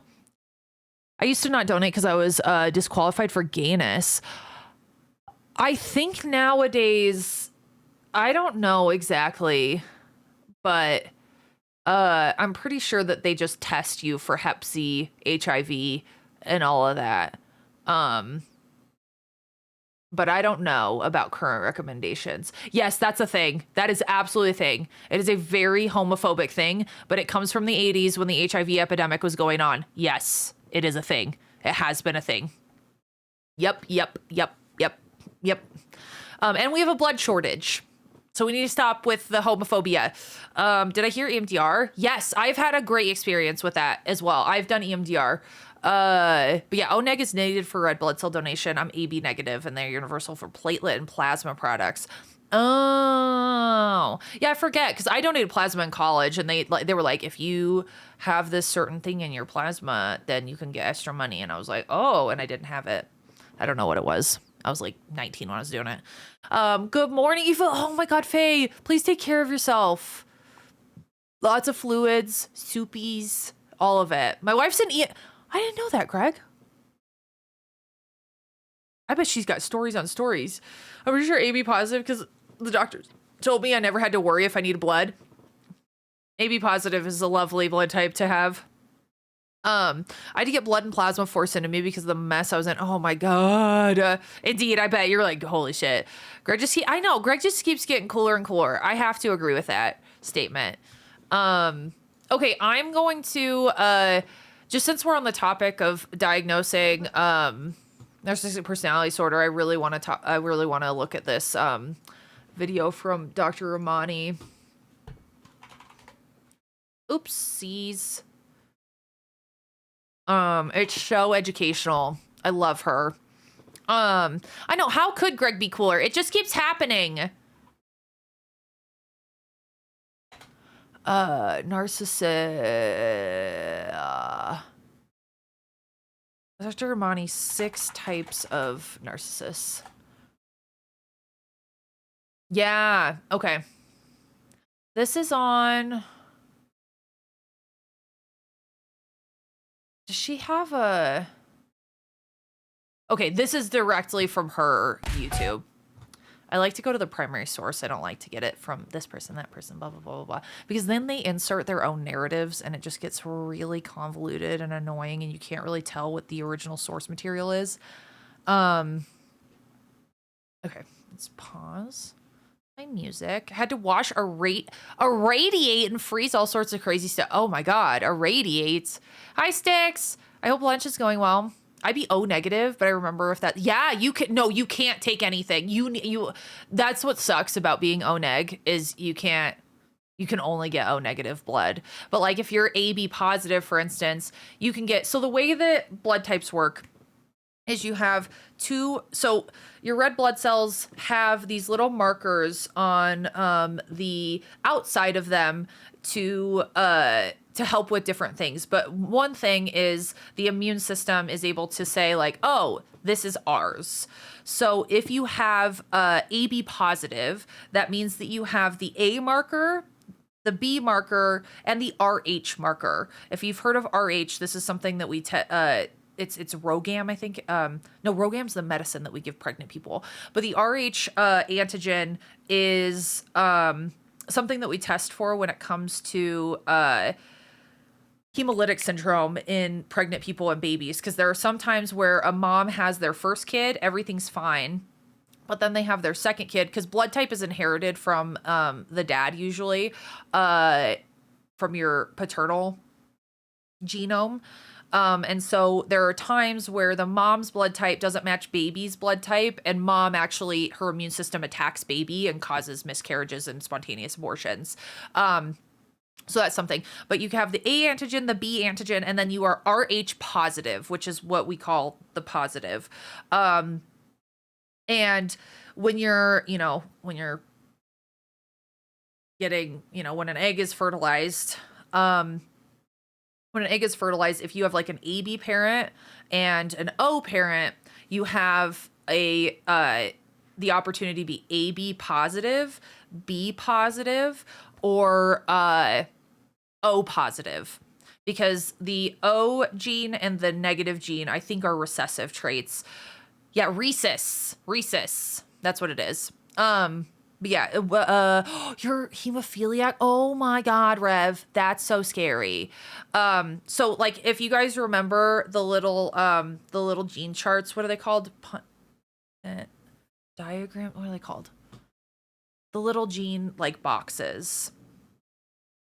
I'm just gonna write this on. I'm just gonna write this. Punnett squares. That's what it is. I haven't used one of these since undergrad. Punnett squares. So if you have a parent, AB positive and O negative. So you have an opportunity This is way simplification. But you could be AO pause. You could be BO pause. You could be Let's see. Isn't it ABO? No, it's not. So yeah, you could be A pause, B pause. God, how do you do this again? I haven't done this since undergrad. I was one of the O blood types. Break out Microsoft Paint. Let's draw some science shit. How does this look again? I haven't done this in freaking 10 years. Punnett square. Blood type Punnett square. Ugh. There it is. Okay. I'm showing you guys this. Wait a second. Because I don't remember shit. Oh, hang on. Oh, I am just clicking. I'm just clicking stuff. I've opened up 17 applications. God damn it.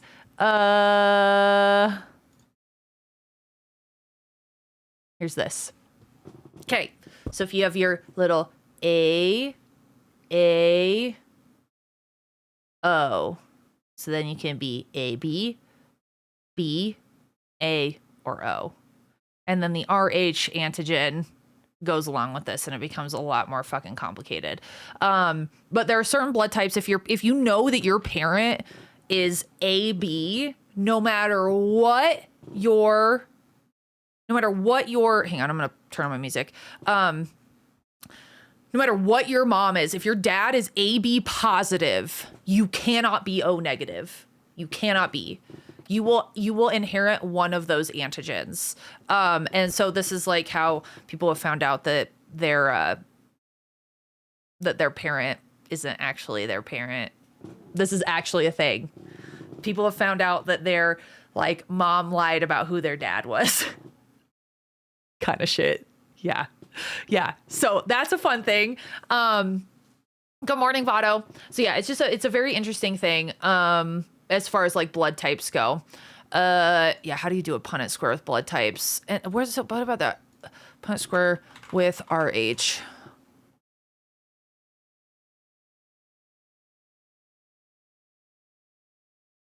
I think you have to do the RH stuff independent of the blood type, which is why this shit gets yeah. That's what it is. So it gets very complex, but yeah, it's very interesting.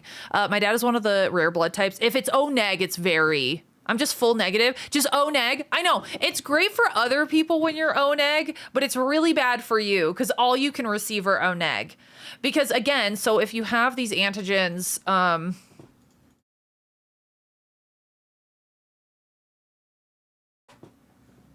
so if you have a little red blood cell and you have, oh shit, hang on, whatever. This is a good one.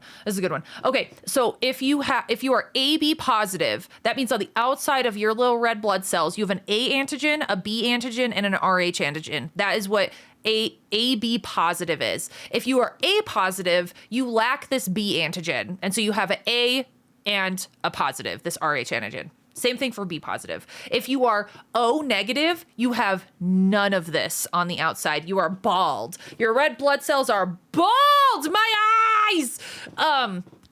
Your red blood cells are bald. But what happens when your red blood cells are bald is your immune system is not sensitized to saying, oh, I'm familiar with the A, the B, and the positive.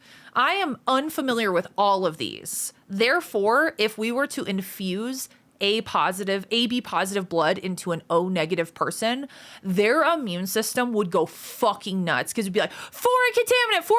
Oh my God, there's A antigens, there's B antigens, there's RH antigens. We have to fucking panic. And then they eat the red blood cells and they cause a massive hemolytic condition. And it just fucks the recipient's kidneys because there are, myoglobin, which is in not myoglobin. When your red blood cells get shredded, it essentially just shreds the kidneys. That's what it is. So that's what happens if you transfuse somebody with these antigens into somebody who is essentially not their immune system is not conditioned to knowing what these antigens are. And that's why people who are AB positive, who have all of these antigens, they can receive O negative because it's bald. They can receive A negative, they can receive A positive, B positive, any of them, because your immune system is like, oh, we got this. We know what those are. We have those. So it's not a big deal. Because the absence of those receptors, your immune system doesn't realize it. Your immune system binds to what's called antigens. So this is what this is like a good diagram. So your immune system, you have all of these. If you're O negative, you will have, you will create antibodies against those other antigens. So against the A, the B, and the RH. And so if your immune system starts binding to those antigens, go, oh my God, they're for it, it's going to cause a problem. So yeah. Anyway, you don't want to transfuse. You don't want to transfuse people who are O negative with anything other than O negative blood. So yeah, that's why, like, if you're going through like a mass transfusion protocol, we'll try to type and cross, which means that we're trying to figure out what blood type you are so that you can receive. You can receive like whatever. But if we are in a really big pickle, we'll get O negative blood and just slam it into the person. Particularly in like really big trauma events. I had a really, really big one that we like could not wait for blood. And so we just got O neg and just, I'm A negative. I was told in the military they can only receive A negative or O negative. Yeah. Yes. Yes. So yeah, if you're no OA neg and CMV negative, you're perfect for ECMO units and are often used on infants with med history is unknown. Oh, I didn't know that. But yeah, to start, I was given A as a standard, and then they gave me O negative when they got it from the bank. They gave you A and you're O negative? Eek. Eek. Yeah, so blood.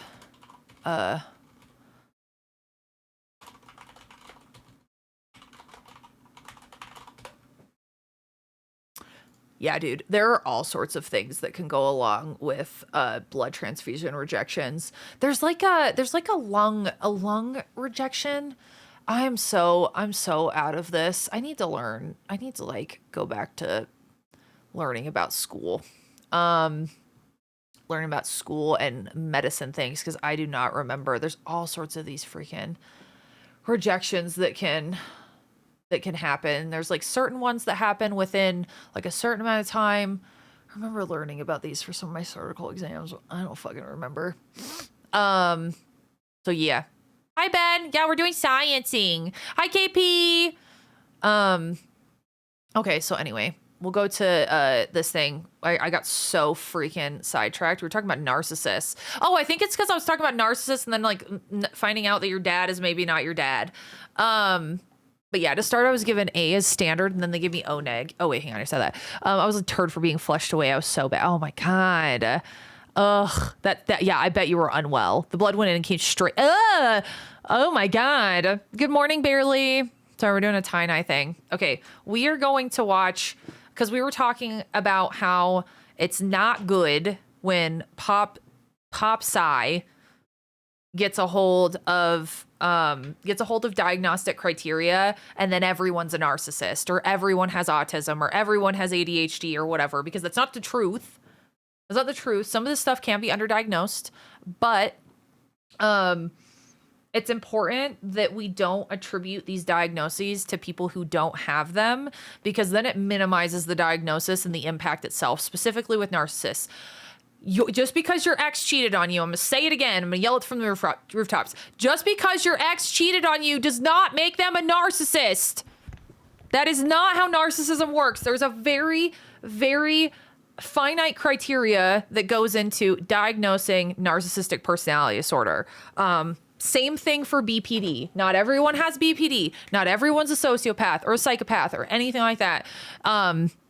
So that's something that is important, because the more we minimize narcissism when it comes to relationships and say, oh, everyone's a narcissist, that just, again, it's it makes it harder to diagnose and to identify actual narcissists and the impact that they have on people.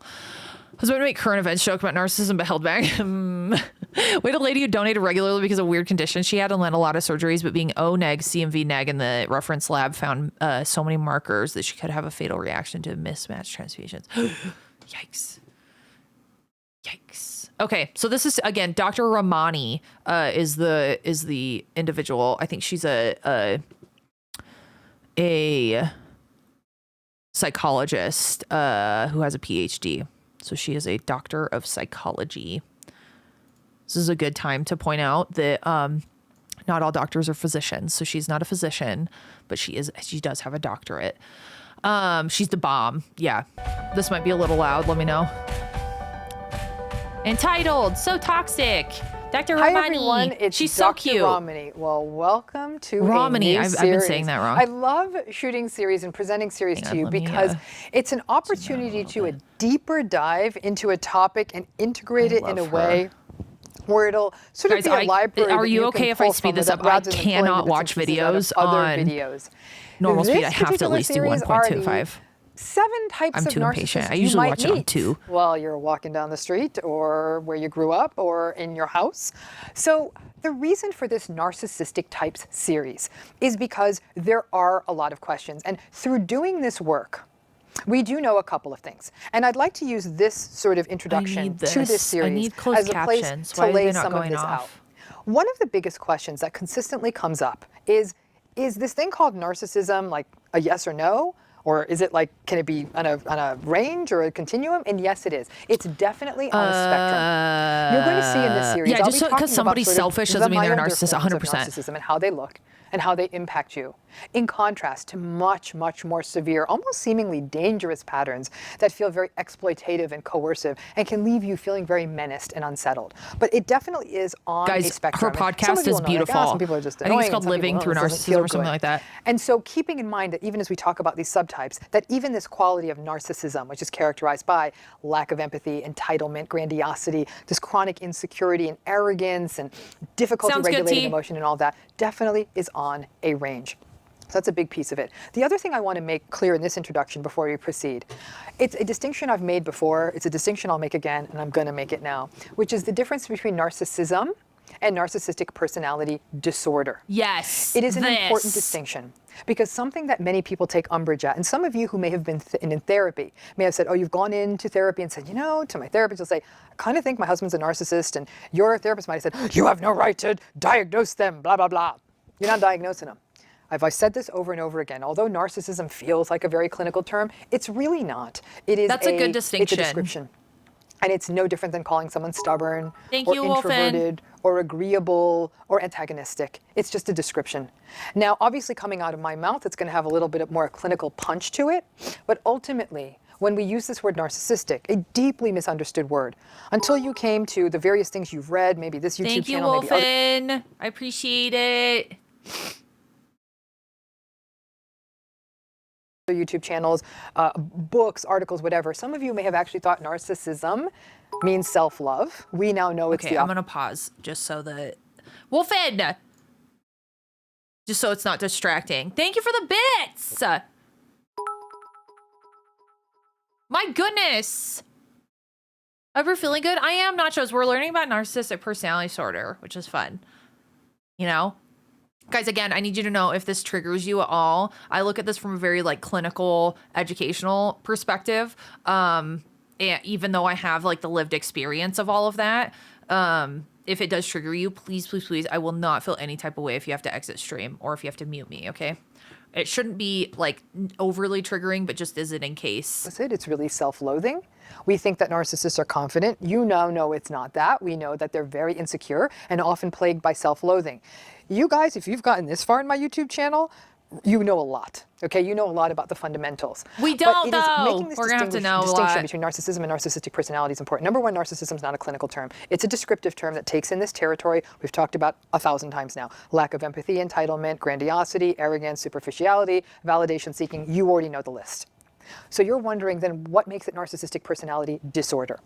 Narcissistic personality disorder is a diagnosis, okay? And it's a diagnosis that's achieved by meeting a list of criteria that are written in a book called the Diagnostic and Statistical Manual for Mental Disorders, 5th edition, or the DSM-5, published by the American Psychiatric Association. This diagnostic criteria is also presented in the International Classification of Diseases, version 11, or the ICD-11. These are both books that folks like me or medical or mental health professionals will use to generate a diagnosis. Now, because there's a code associated with each personality that disorder then are all the things I've talked allows about. A pervasive pattern of charge. grandiosity and validation seeking and envy of other people and the need to get special treatment and the need to be around people who are very important and on and on and on. You already know that. But in order for it to be narcissistic personality disorder, you need two other things, or maybe one other thing. You either need to show that the person is experiencing significant, what we call clinical distress, or significant distress, meaning that this pattern doesn't feel good to them. That makes more sense when we talk about something like depression. When a person meets the diagnostic criteria for depression, let me tell you this, they're really uncomfortable. They feel worthless, they feel sad, they can't sleep, they can't eat. It is an uncomfortable place, so they feel distressed. In most cases, narcissistic individuals walk around having all of these patterns, and they're not really bothered by it. In fact, the only time they're bothered is when stuff in their life doesn't go their way, but that has nothing to do with their symptoms. The second piece we look for when we're deciding if somebody has narcissistic personality disorder is whether it's causing them something we call social and occupational impairment. Meaning, is it causing problems in their relationship? And is it causing problems in their jobs? Now here's the rub. If that narcissistic person is sitting in an office, they're going to say, yeah, no, I don't have any problems with these things. Now, for some reason, my partner seems to have a problem with me, or, you know, I keep doing really well at work, but everyone's got a problem with me. They tend to project it out. So they're not walking around thinking I'm having all these problems. Where it gets really tricky with books like the DSM is I, as a psychologist, can't diagnose someone if they're causing problems for someone else. So if I can see that the narcissist behavior is clearly causing difficulties for their wife or husband or kids or something, that doesn't qualify. It's got to be for the person. So you see how we get into this really dicey space. Narcissism is one of those patterns that actually often causes more discomfort for the people around the narcissist than for the narcissist themselves. So keep in mind that this series you're about to see is not about narcissistic personality disorder. We ain't touching it. In fact, the prevalence of narcissistic personality disorder is pretty low. So she's talking There's about not a lot of great research because they often don't show up for research studies. They often don't show up for therapy. And most of all, they're often not willing to cop to the fact that this is how they are. So the research shows rates of about 1 to 4%. Some studies have gone as high as 6 to 8%, but by and large, we're sitting somewhere between 4 to 6%. Not a lot of people. However, when we talk about narcissism, a pattern, that lack of empathy, entitlement, and so on, that's uncomfortable and leads to discomfort for other people, listen, we can only make our best guess. If I were to hazard a guess based on numerous studies of social personality research and all that, maybe I'd stab in about 20%. Depending on maybe in a big city, it might be closer to 25%. That's a different game, and that's a harder thing to look at. So as we go into this series, I have a couple of goals. One is that you become familiar with what I consider to be 7 subtypes of narcissism.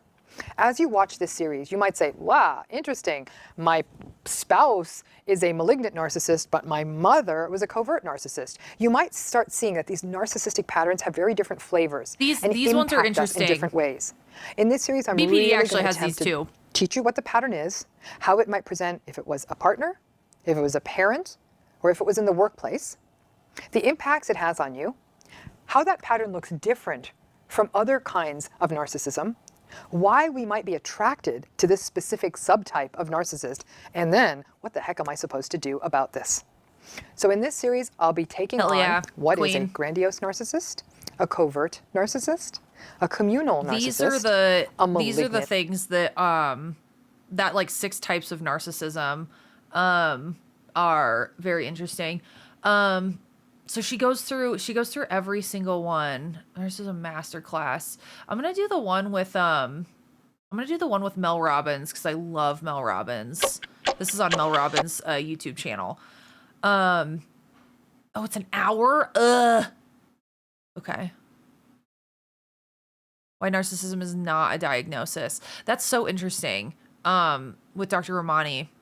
Because I, for a long time, thought she was talking about narcissistic personality disorder, but I guess that is true. Like, that in order to be diagnosed, with a disorder, you have to have direct distress about that issue, whereas a lot of narcissists do not have any distress when it comes to their shit because they are God's gift to the earth, or so they think. This is so interesting. I love it. I'm gonna like jump around a lot to this. Hey, it's I Mel, love and Mel welcome to Robbins. the Oh Mel my Robbins God, I podcast. love her so much. Okay. Her cute little glasses. I'm so excited for today's episode because I've been waiting to introduce you to a She's friend such of a mine cutie patootie. who has profoundly changed my life. She is the world's leading expert on narcissism.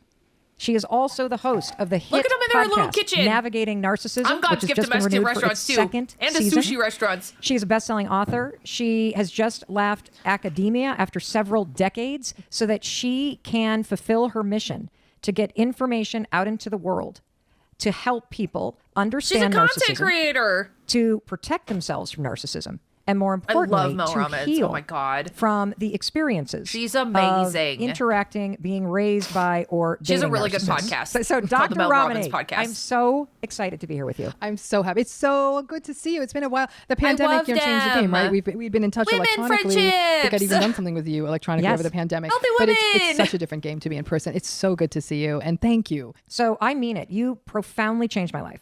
Thank And you. the reason why is because I have, like many people, had a lot of experience with folks that are narcissists. And I can't what do I've it learned on from one you speed. You guys about will what die. narcissism is, what it isn't. The tools that you have taught me in order to spot narcissism and to protect myself from it Crimson. have just completely Women transformed my in life. And so STEM! I'm really excited to be able to introduce you to our audience and to have you do the same for them. Great. And so narcissism I find to be an absolutely fascinating topic.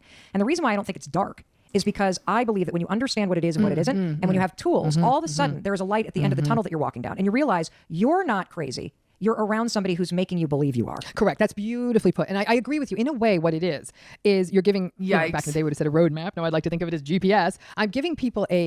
I'm hoping to give people a guide to what they're dealing with, and not in an accusatory, you're bad, I'm good way, but in more of a, this may not be good for me. And the challenge in this space, of the narcissism space, is so many people invest themselves in, I think that's can I why get this that person to change? earlier Can I do better? question, Can I do was like, different you have to pull something define, different like, out of what them? And is to a say, bad stop. person? That's not going to change, right? It's like trying to change the weather. There's nothing you can do to make Chicago warmer in February. It's going to be cold, bundle up, great city, but it's going to be cold. Okay. Right? I want to just go, there was a wake up call right there.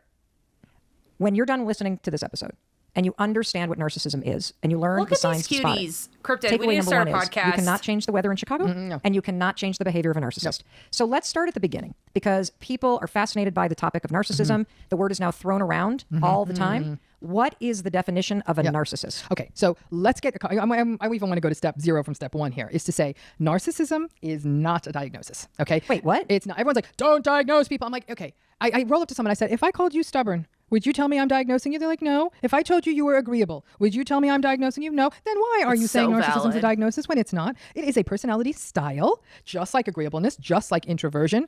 All of those are personality styles. Nobody's getting themselves all the bee in their bonnet when we say those other things. Wait a minute. Yeah. I thought that this was like a diagnosis. See, already I'm learning stuff from you. So narcissistic personality disorder is a diagnosis, right? Okay, that is. Okay. That's a very specific, 3 words. This is so specific.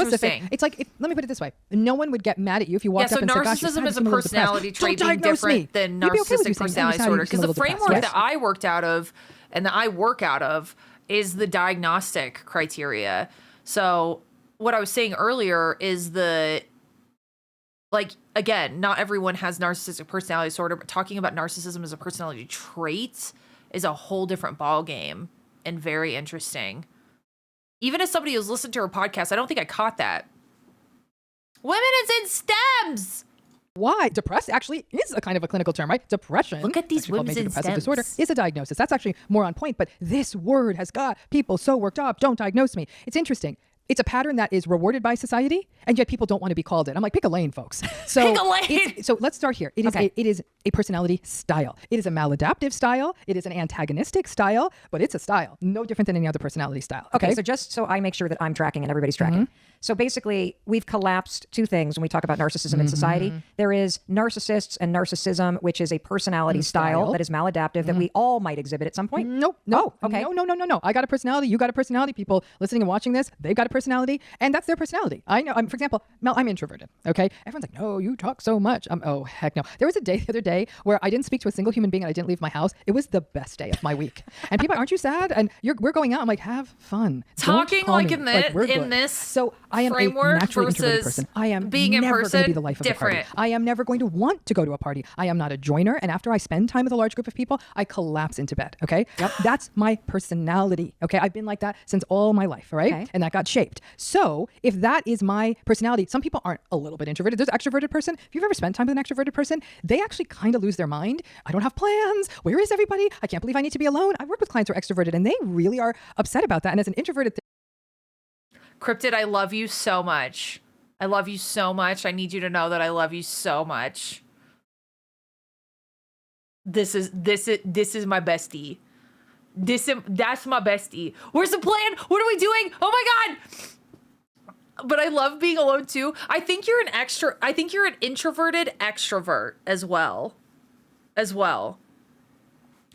I wish I was more extroverted so badly. therapist, So for a minute, I was fucking like, badly. what? Like that sounds like fantasy camp. Like 3 days alone, sign me up. You know, Right. but I have to be empathic too. This is I hard like for them. to be around They're people exhausted by being alone. I have occasionally. an incredibly extroverted child. I and when she's like alone for 6 my hours, people. she actually starts feeling very sad. I don't like doing and so, and that's things. real. I can't Like, say, I "Don't like be doing ridiculous. things, but, Use like, your time." not I'm like, around just like too if somebody many said, "Don't be people. ridiculous, Rami, you're at a party." It's you know, so lighten hard. up. It's the same thing. So that's why I'm saying you are what you are. I actually think a lot of people out there don't have narcissistic qualities. So this leads us to then what is this personality What style? is this? So, It is but there's two things, just so I'm tracking what we're going to talk about. We're going to talk about narcissism as a personality style, Yep. and then narcissistic personality disorder. And which is a diagnosis. It's a diagnosis. And you know Got what? it. I don't even think we should talk about it. Okay. Because the fact is, only 1 to maybe 4% of the population has this personality disorder. Okay. The vast majority of cases are never diagnosed. Yeah. And it is I actually think they should get rid of the diagnosis. I think it serves no Wow. function whatsoever. I really don't. It's the only diagnosis in the world where having it means you do more harm to other people than to yourself. Most disorders are based on the distress that the person themselves are facing. A That's person with major depressive actually disorder is super really struggling. valid. A person with generalized anxiety disorder is I experiencing talk to my distress. psychiatrist Even about other this, personality 'cause disorders like she's an borderline expert personality cluster B disorder. These are personality people having a disorders. lot of distress. Narcissistic personality disorder, as long as life's going the way they want it to, they are happy as can be. And until something goes wrong, then they make a mess, scream at everyone. And then when it goes back to the way they are, they tend to make more money. They're much more successful. They tend to have more success in dating. So this is a tough diagnosis so to give why out. would Now, they have let's break down what distress? narcissism is. Okay, great. So, We're so, so and I just want to make sure, underdiagnosed that because it's not this even is such an useful. interesting topic, and obviously there's lots of content out there all over the place, but you are, in my opinion, the world's leading expert on this. And so what you're basically saying is, if we just understand what a narcissistic personality is, that's enough. Yeah. Because then you can spot the signs, then you can learn to protect yourself. And if I'm going to extrapolate what you're saying, you're basically saying the 1 to 4% of people that ever get that diagnosis anyway already have the personality Already. type, so it doesn't matter. It's just blown out of proportion, and they're finally now in therapy. And don't most narcissists don't know go they're to therapy. That's the thing. Yeah. That's what I'm saying. So there's a lot of people out there who may have this quote unquote diagnosis. They're never going to get diagnosed because they're never across the table from a licensed mental health professional who's actually the only person qualified to issue such said diagnosis. And I'm going to be honest with Yeah, you. speeding even up the majority of people video, who have the disorder, it's never documented anywhere because the insurance company ain't going to pay for therapy for it because you can't do anything about it. So you see Okay, what I'm saying? hold on. So that was also just, you just said it again. You cannot change the weather in Chicago. Nope. And you cannot do anything to change somebody with a narcissistic personality? Yeah, and let's push this a little bit further. Okay, so I'm going to be sort of a provocateur here. Personality is tough. There's different schools of thought on how much personality can change. All right, there's a little wiggle room, and I think the greater a person's flexibility, psychological and personality, the healthier the person is. It's almost like your Thank body. you, The more Izzy. flexible you are, likely the more you work it out, the less likely you're going Women's to in develop STEM. osteoporosis and break bones and all that. Flexibility is everything, but I would say it matters more psychologically than it even means physically. Right? That's why people stretch before a workout.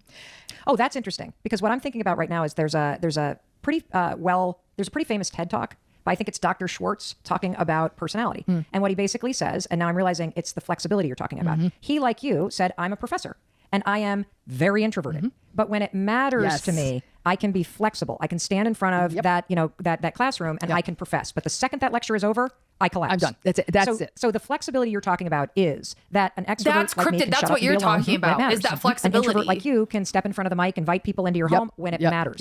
But that flexibility is very limited. It's tied to when it's important to you, but then you go back to your baseline. Is that what you're saying? Always. And so, Personality? in fact, there is a theory, and I hope I credit it to the right That person. I think totally it's makes Campbell sense. is the one who writes about this. The idea of the rubber band theory of personality. And the idea of the rubber band is that we all have our personality, rubber band's just sitting there in its state. That's who we are. But we can stretch it. I'm a Okay, we very can stretch flexible it. extrovert. But when back to baseline or even at times of stress, we go to our baseline personality. Right? I want to be more flexible. The challenge is that person with a narcissistic introversion. personality not only has trouble stretching, it's not even the stretching as much as the changing. You see, here's the challenge with the narcissistic personality, which I still haven't described, and I'm aware of it. Sorry. But the challenge with the narcissistic personality is that it's a very egocentric, self-serving style, right? It's designed to get them what they need. It's what helps them feel safe, what helps them feel happy, with very little regard for anyone else. Other personality styles, agreeableness. In fact, agreeableness is considered the counterweight to narcissism. So narcissism is actually what's called it's a real personality.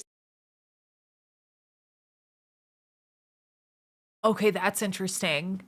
As somebody who was raised by somebody, and I'm not even going to say narcissistic personality disorder because as I'm learning here, by a narcissist, somebody with narcissism, I, for the longest time, like genuinely questioned if I was a narcissist, because they make you believe that you're bad. And so saying that like agreeableness is the counterweight to narcissism is such an interesting thing. Because if those are not the same, then you being agreeable should be evidence to you that you are not a narcissist. That's so interesting, because I will bend over backwards for people. Style is disagreeableness or antagonism, right? So if narcissism's disagreeableness, agreeableness is the other side of that. Agreeable people I love agreeable people. They're the best. Like, I just would like a little commune full of them. We're never going to take over the world, and we're not going to make a lot of money, but let me tell you, so fun. Empathic, warm, flexible. We're not going to take over the world. We're not going to make a lot of money. Follow the rules, highly ethical. That's agreeableness. Opposite of narcissism, right? So what is narcissism? So narcissism is Let's go. a person who has a lack of empathy, and I'm going to talk about, or performative empathy, which I'm going to get to in a minute. Okay, so, but they have inconsistent or low empathy. They're very entitled. Performative they're arrogant, empathy. They're egocentric. They're chronically validation and admiration seeking. They need to be in control all the time. They are poorly emotionally regulated, prone to show strong shows of rage if they're frustrated or disappointed or aren't getting their way. They're very easily provoked and very thin-skinned. If anyone gives them feedback or criticism, like, rah, they just rage very quickly. They can't regulate themselves at those times. They're very pretentious. They tend to be very superficial. I mean, the list goes. It's that kind of stuff. Now, what's so interesting, and I wonder if she's going to talk about this when she's talking about like money and success and things like that, the prevalence of narcissism in like C-suite executives, when we talk about like really high up in companies, there tends to be a little bit more of a concentration of this. As a chronically ill middle child raised by somebody with narcissism, this whole video processing my childhood trauma chaos of it that I've been working through recently. It's so important. And guys, I cannot state this enough. Not everyone, unless you don't like. I think I am a big fan, at a minimum, to have an objective, outside of your life, outside of your situation person. Go to therapy. I am a big fan of therapy. I think everyone should be in therapy, for God's sake. Even if you're fine, even if you had the most magical sparkle farts upbringing ever, I think everyone should be in fucking therapy. And have a good therapist that actually calls you on your bullshit. Being self-aware and you're so self-aware of your emotions, blah, blah, blah. Be in therapy. You need somebody who's gonna call you on your shit. Thanks, Bo, Daddy thank Bezos, you. for all these wonderful seagull emotes. Thanks, Bo. Okay, hang on. I'm gonna run and go pee. I'm just gonna have this playing in the background. Is a deep insecurity. And that's the piece we forget. These are not people actually who, at their most primal unconscious level, believe they're hype. All of this stuff is to create almost a suit of armor around that unprocessed insecurity. The narcissistic person is always fighting a battle against shame. And the shame is that at an unconscious level, people are going to see they ain't all that. So if anything even pokes them, that like even someone makes a joke at their expense, they lash out to maintain dominance. Because you also want to know what motivates the narcissistic person. Power, dominance, control, and frankly, safety. Because all those things keep them safe. If they're in control, if they're the boss, if they have all the money, then they feel okay. All the power, whatever, the fame, whatever it looks like, then they're okay. That's narcissism. The kitchen background is wild. I forgot to say, they're very grandiose. So they live I in a like her fantasy little world. rice maker in the back, dude. Story. Look at my perfect life. You can see how social media took this grandiosity and blew it up into something that I've been studying narcissism since before there was social media. And I was like, what the holy hell just what happened? Have you seen? I mean, what happened was narcissism's always been around. As long as there were human beings. I mean, I'm guessing like Attila the Hun was probably a narcissist. Napoleon might have been a narcissist. I think if you go all the way back in the history books. In fact, when I helped my daughter with all of her ancient and even modern European history, I'm like, narcissist. I said, you see how much they shaped history to this day. So I think That's that so it's always been there. interesting. Yeah. Okay. Think of a The couple difference people was in back the in the current day, if you needed validation. world. Okay, you and I are both old enough to know about rotary dial phones and no answering machines and no social media. Okay, so there was a time if you needed validation, you actually had to clean up and leave the house. True. Right? Like you Yes. actually had to get up and go. You couldn't become famous, right? Even if you wrote a letter to the editor of the newspaper on some kind of rant, the editor was going to get 100 of these, or they'd get 100 of these and pick one. So there was no public place to do this. So where narcissists really did their dirty work was they would harm the people around them. Very dominant, probably cruel to spouses, cruel to children. I think if you look at Have a family status lines of report, this bacon pancakes with intergenerationally, fire. let's say like, yeah, really brutal father, really brutal grandfather, really brutal great grandfather. And it often links to things like hierarchies, patriarchies, like things that are all very, very hierarchical. One person gets the final say, not because they're a good person, Right. but just because. So these systems have always been there. And so what happened though is one day, I remember it so well. I remember the house I was living in. Somebody said to me, have you seen this thing called Facebook? I'm like, Facebook. And I remember what a Facebook was. A Right. Facebook was When you that go to group college. of pictures. Facebook you're getting did your first so year of much college. damage to That's what it's society, called, and right? I will Yeah, die on that hill. Yep. So there's a Facebook. And I'm like, what is it? Is it a college thing? And they're like, no, you need to go check this out. They said, create an account. So I did. And I was like, oh, this is what happened to all those people I went to high school with. Okay. But at the moment, I thought, oh God, you just write stuff and people like it. What went through my head in that moment? I remember my kids were really small at the time. And the moment sticks in my mind. I thought, this is going to be a disaster. You know, it must have been like being like a pulmonologist or a cardiologist when cigarettes were out. You're like, what is happening? Yeah, and so dude. at that moment, I thought the game's about to change. I had no idea what was going to come with the Instagram and the influencing and all. I had no idea what's coming there. But I thought, wow, no, nobody needs to leave the house. They can put forth a false version of themselves, the grandiose version, the fantasy version, and sit at home and let the validation come. The amount of bullshit that my father would put on Facebook and that he still puts on Facebook. This is one of the reasons Ty doesn't have Facebook. About how great life is and, oh, look at me, all this shit that I've got. Oh, I'm traveling. Oh, la, la, la, la, I'm the coolest person ever. Meanwhile, behind closed doors was just terrorizing the people around him. Terrorizing. And I remember like being a kid and looking at the dichotomy between my lived experience and what was being posted on social media and was like, this doesn't make any fucking sense. That this is one of the reasons why I'm so vulnerable on social media and why I believe in showing the behind the scenes. This is one of the reasons why I do that. Because like this like fake persona that people put on is just not real. It's not fucking real. And it bothers me to like my core because like the lived experience of people I think is so important, and putting on this like grandiose face. Not only does it make just like normal people feel like shit, it makes it completely is, it's the antithesis of the other side. So like, oh, I'm going on those vacations. Look at all my money. Look at all my cars. Look at this, blah, blah, blah, blah, blah. And then, behind closed doors, they are freaking out, punching walls, like losing their mind on people. Like it makes no sense. And that's one of the reasons why I post the way that I do on social media. My mom's the worst and tries to portray our family as this healthy, loving family. It's so far from the truth. I deleted Facebook in 2020. Let's go. Dude, I think that's one of the reasons that a lot of people are exiting Facebook. For whatever reason, Facebook feels like the like narcissist capital of the world. Or at least started that way. I think that Instagram is another one that is right there. People use like TikTok and the like. I think that at least on my For You page, I think I you know, it's my For You page. And so I scroll past things that just like don't resonate. But these like very tailored, like day in life with me. Oh my God, I got my $40 matcha latte, and then I go to yoga, and I do this and I do that, and like all this stuff. Like it just feels that doesn't feel real to me. I can't relate to that shit. What I do relate to is somebody who's screaming in their car to some sort of classical music while they're having Menti B over school. That's how I feel. You know, and the CEO of all of them is, you can, yeah, yes. You can use your imagination in the words, 100%.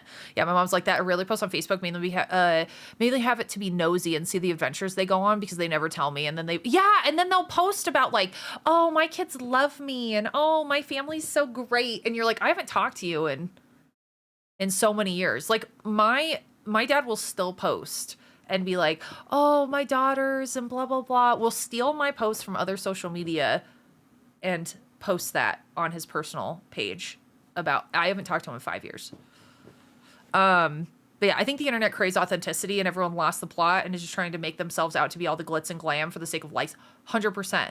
Because like, I know you probably empathize a lot with this, Katie, but when you post something that's like real and authentic, it does not get the engagement the same engagement as it does when you confabulate all these amazing things that are going on in your life.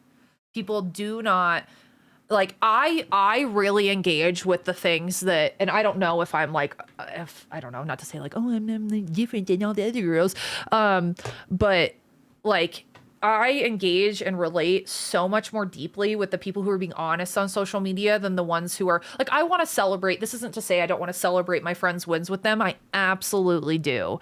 But this like tipping of the scales and all of this like confabulated, you know, emphasized engagement, because again, bad news and people struggling, people just like, oh, I don't want to see that, no, this shouldn't be on social media kind of thing.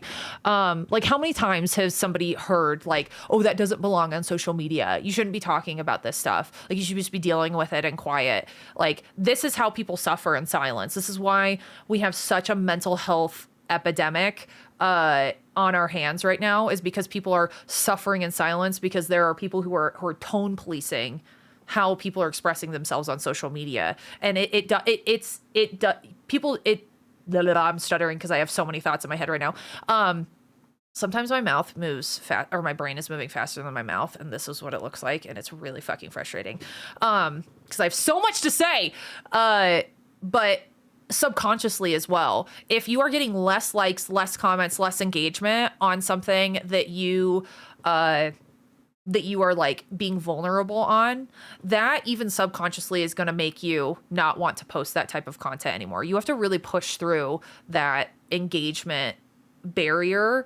Cause like I have no doubt that if I didn't talk about the things that mattered to me, I would 100% have more followers and viewers. 100%. I know that I stand on business when it comes to my views. I am very opinionated when it comes to human rights issues and into medical misinformation. If I was more agreeable when it came to that stuff, just for the sake of having followers, I think I would be doing a lot better than I am now. But I don't really give a fuck. I don't care, because I don't want a community that's built on fake likes, fake engagement, whatever. And then when I'm truly struggling, they evaporate. I don't want that. I want the ability to be a real human and to show people that being a real human is fine. And that you don't have to put on this face all the time. That's why I'll get on stream when I'm having a bad day. I do take my mental health days, but like I have gotten on stream and just been like, hey guys, I'm fucking struggling. And I feel like that relatability is so fucking important. Because when other streamers do that, I know that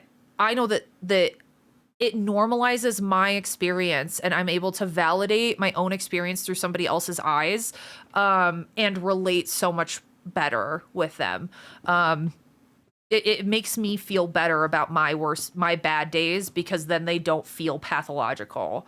But yeah, my parents aren't even coming to visit me this summer. The one time I told my mom she couldn't post pictures of other kids for my kids' pre-K grad, she took it down and never posted about my kids.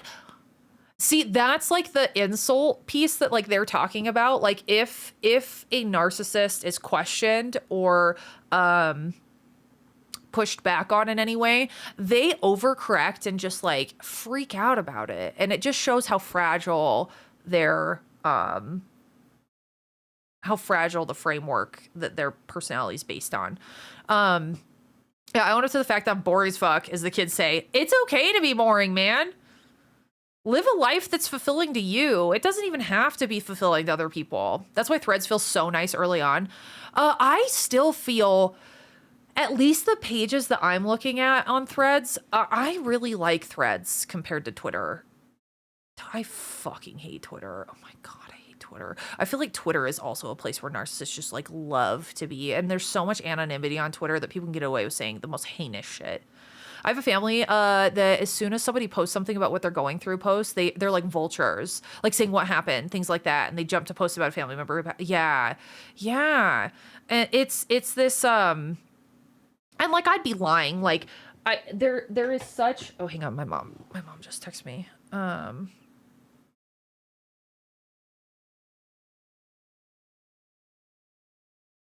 need to charge my phone. My mom is such a cutie, by the way. She's so cute.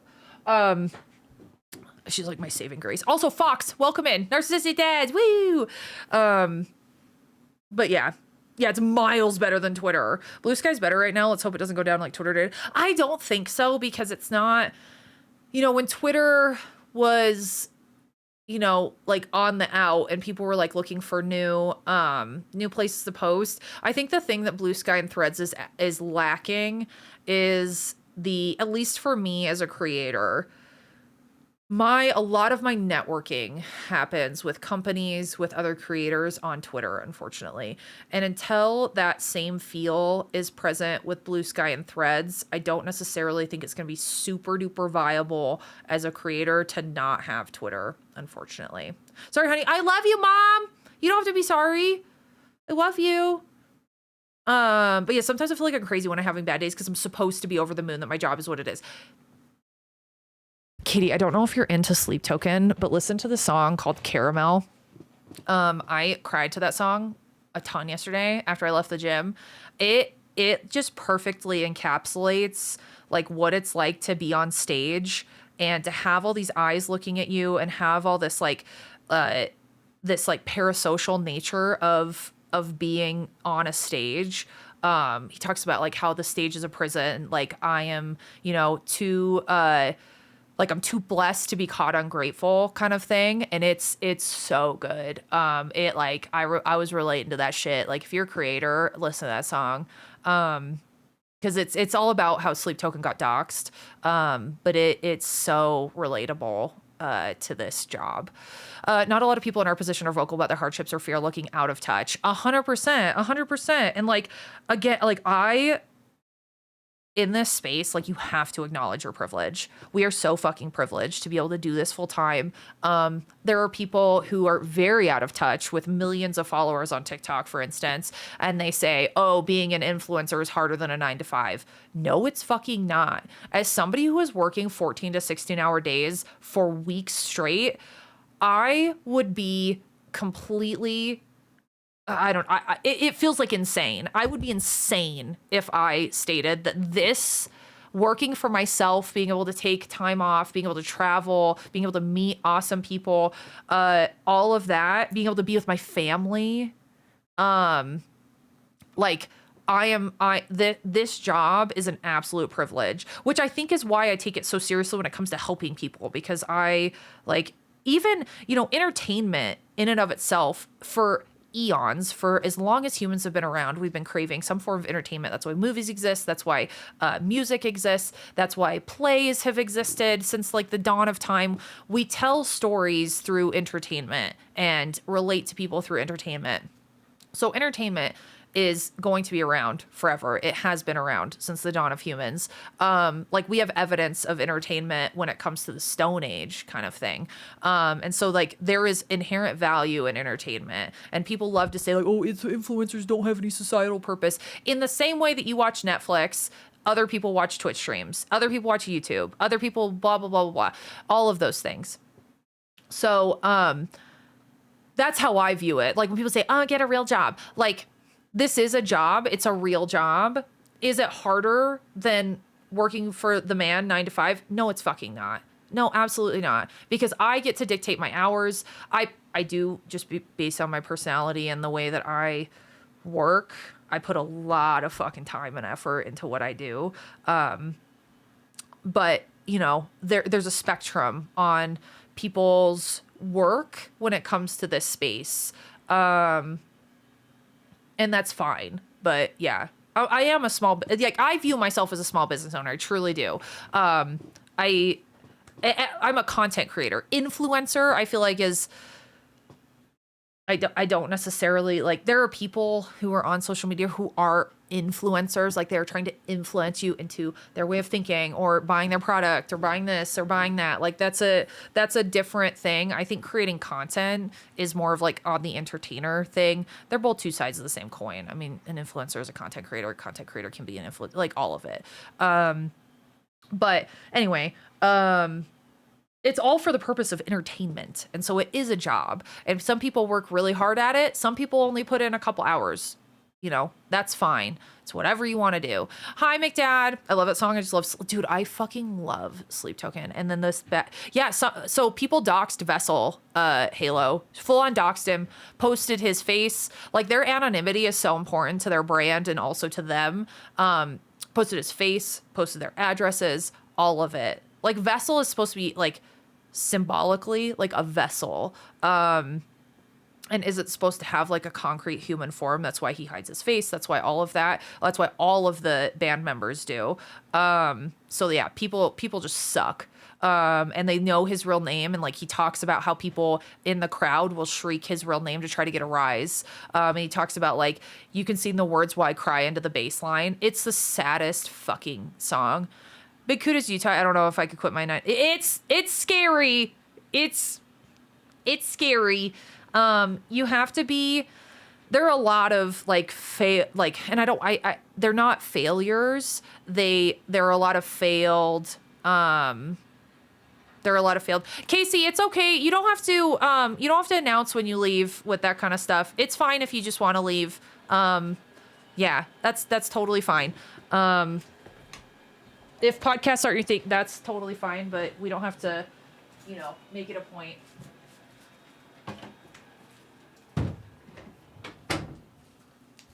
Why do people find joy in doxing people? It's insane. It's insane. But yeah, like,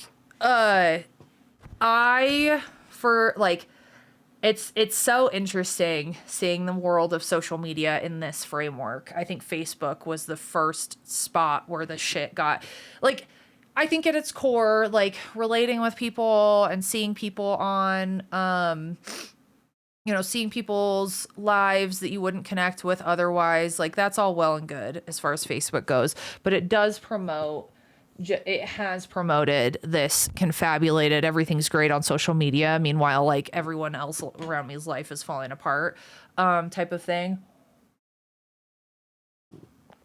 So, or like, I'm making everybody's lives miserable, but I'm making it look like I'm an amazing person. So anyway.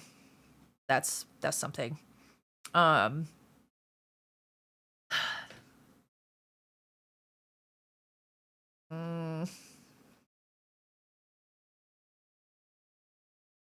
want to say something, but I'm not going to. Okay, I'm just gonna resume the video. I love coming to streams to have conversations like this. That's how I feel, Katie. That's exactly how I feel. I think in the way that I know that like it's all fun and games a lot of time when I'm on stream, but like I believe that laughter is the best medicine. I truly do. I think that escaping the woes of at least my everyday life in order to play games and be goofy and yelling and all that kind of stuff is a lot of fun. I think expecting me to be that person 100% of the time is 100% unrealistic, and this is why so many creators burn out. This is me being my most authentic self when it comes to the entire spectrum of who I am, educationally, vocationally, being silly and fun and letting my fun loving personality out, and then also letting people into the mental health side of just the existence of Ty. I think that is how I stave off burnout. I was listening to Sasky talk about some of this recently, just as far as like playing COD and her content and people who will come into her streams and be like, oh, you're not playing COD? Well, see ya. And it's like, I don't want to establish an audience. And this is why I'm a variety creator and I will stand on that. I don't want to establish an audience who's just here for one thing. I want to establish an audience who is here for the entirety of like who I am. There are great people who niche down and they are the same person. Like I can think of a couple of people who are my mutuals who are the same person every stream and keep up that energy. That is not me. I can't do it.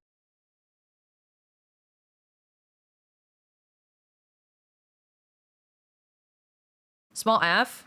Uh-oh. Oh, great. That's a Twitch thing. That's not me this time. God damn it. I was talking about stuff. That's so dumb. But yeah, so anyway, if I were the type of person to, yeah, I think this is why I'm so like I have a lot of different like backstories and motivations, you know what I mean, as far as like why I am the way that I am. Okay, pause for a second. Okay. For years and years and years, being a physician, being in med school, I was expected to act a certain way. I was expected to show up a certain way, to act a certain way, to be somebody.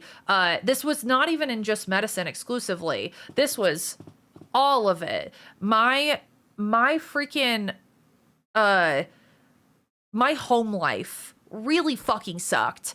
And I was expected to show up and I couldn't have bad days. And I needed to be somebody that I just fucking wasn't. And over the last 3 years of creating content, of being on this stage, of finally getting help for some of the things that I was struggling with in silence, I balk against, oh shit. Oh God. Am I gonna have to reset stream? It's not even on my end. Oh my God.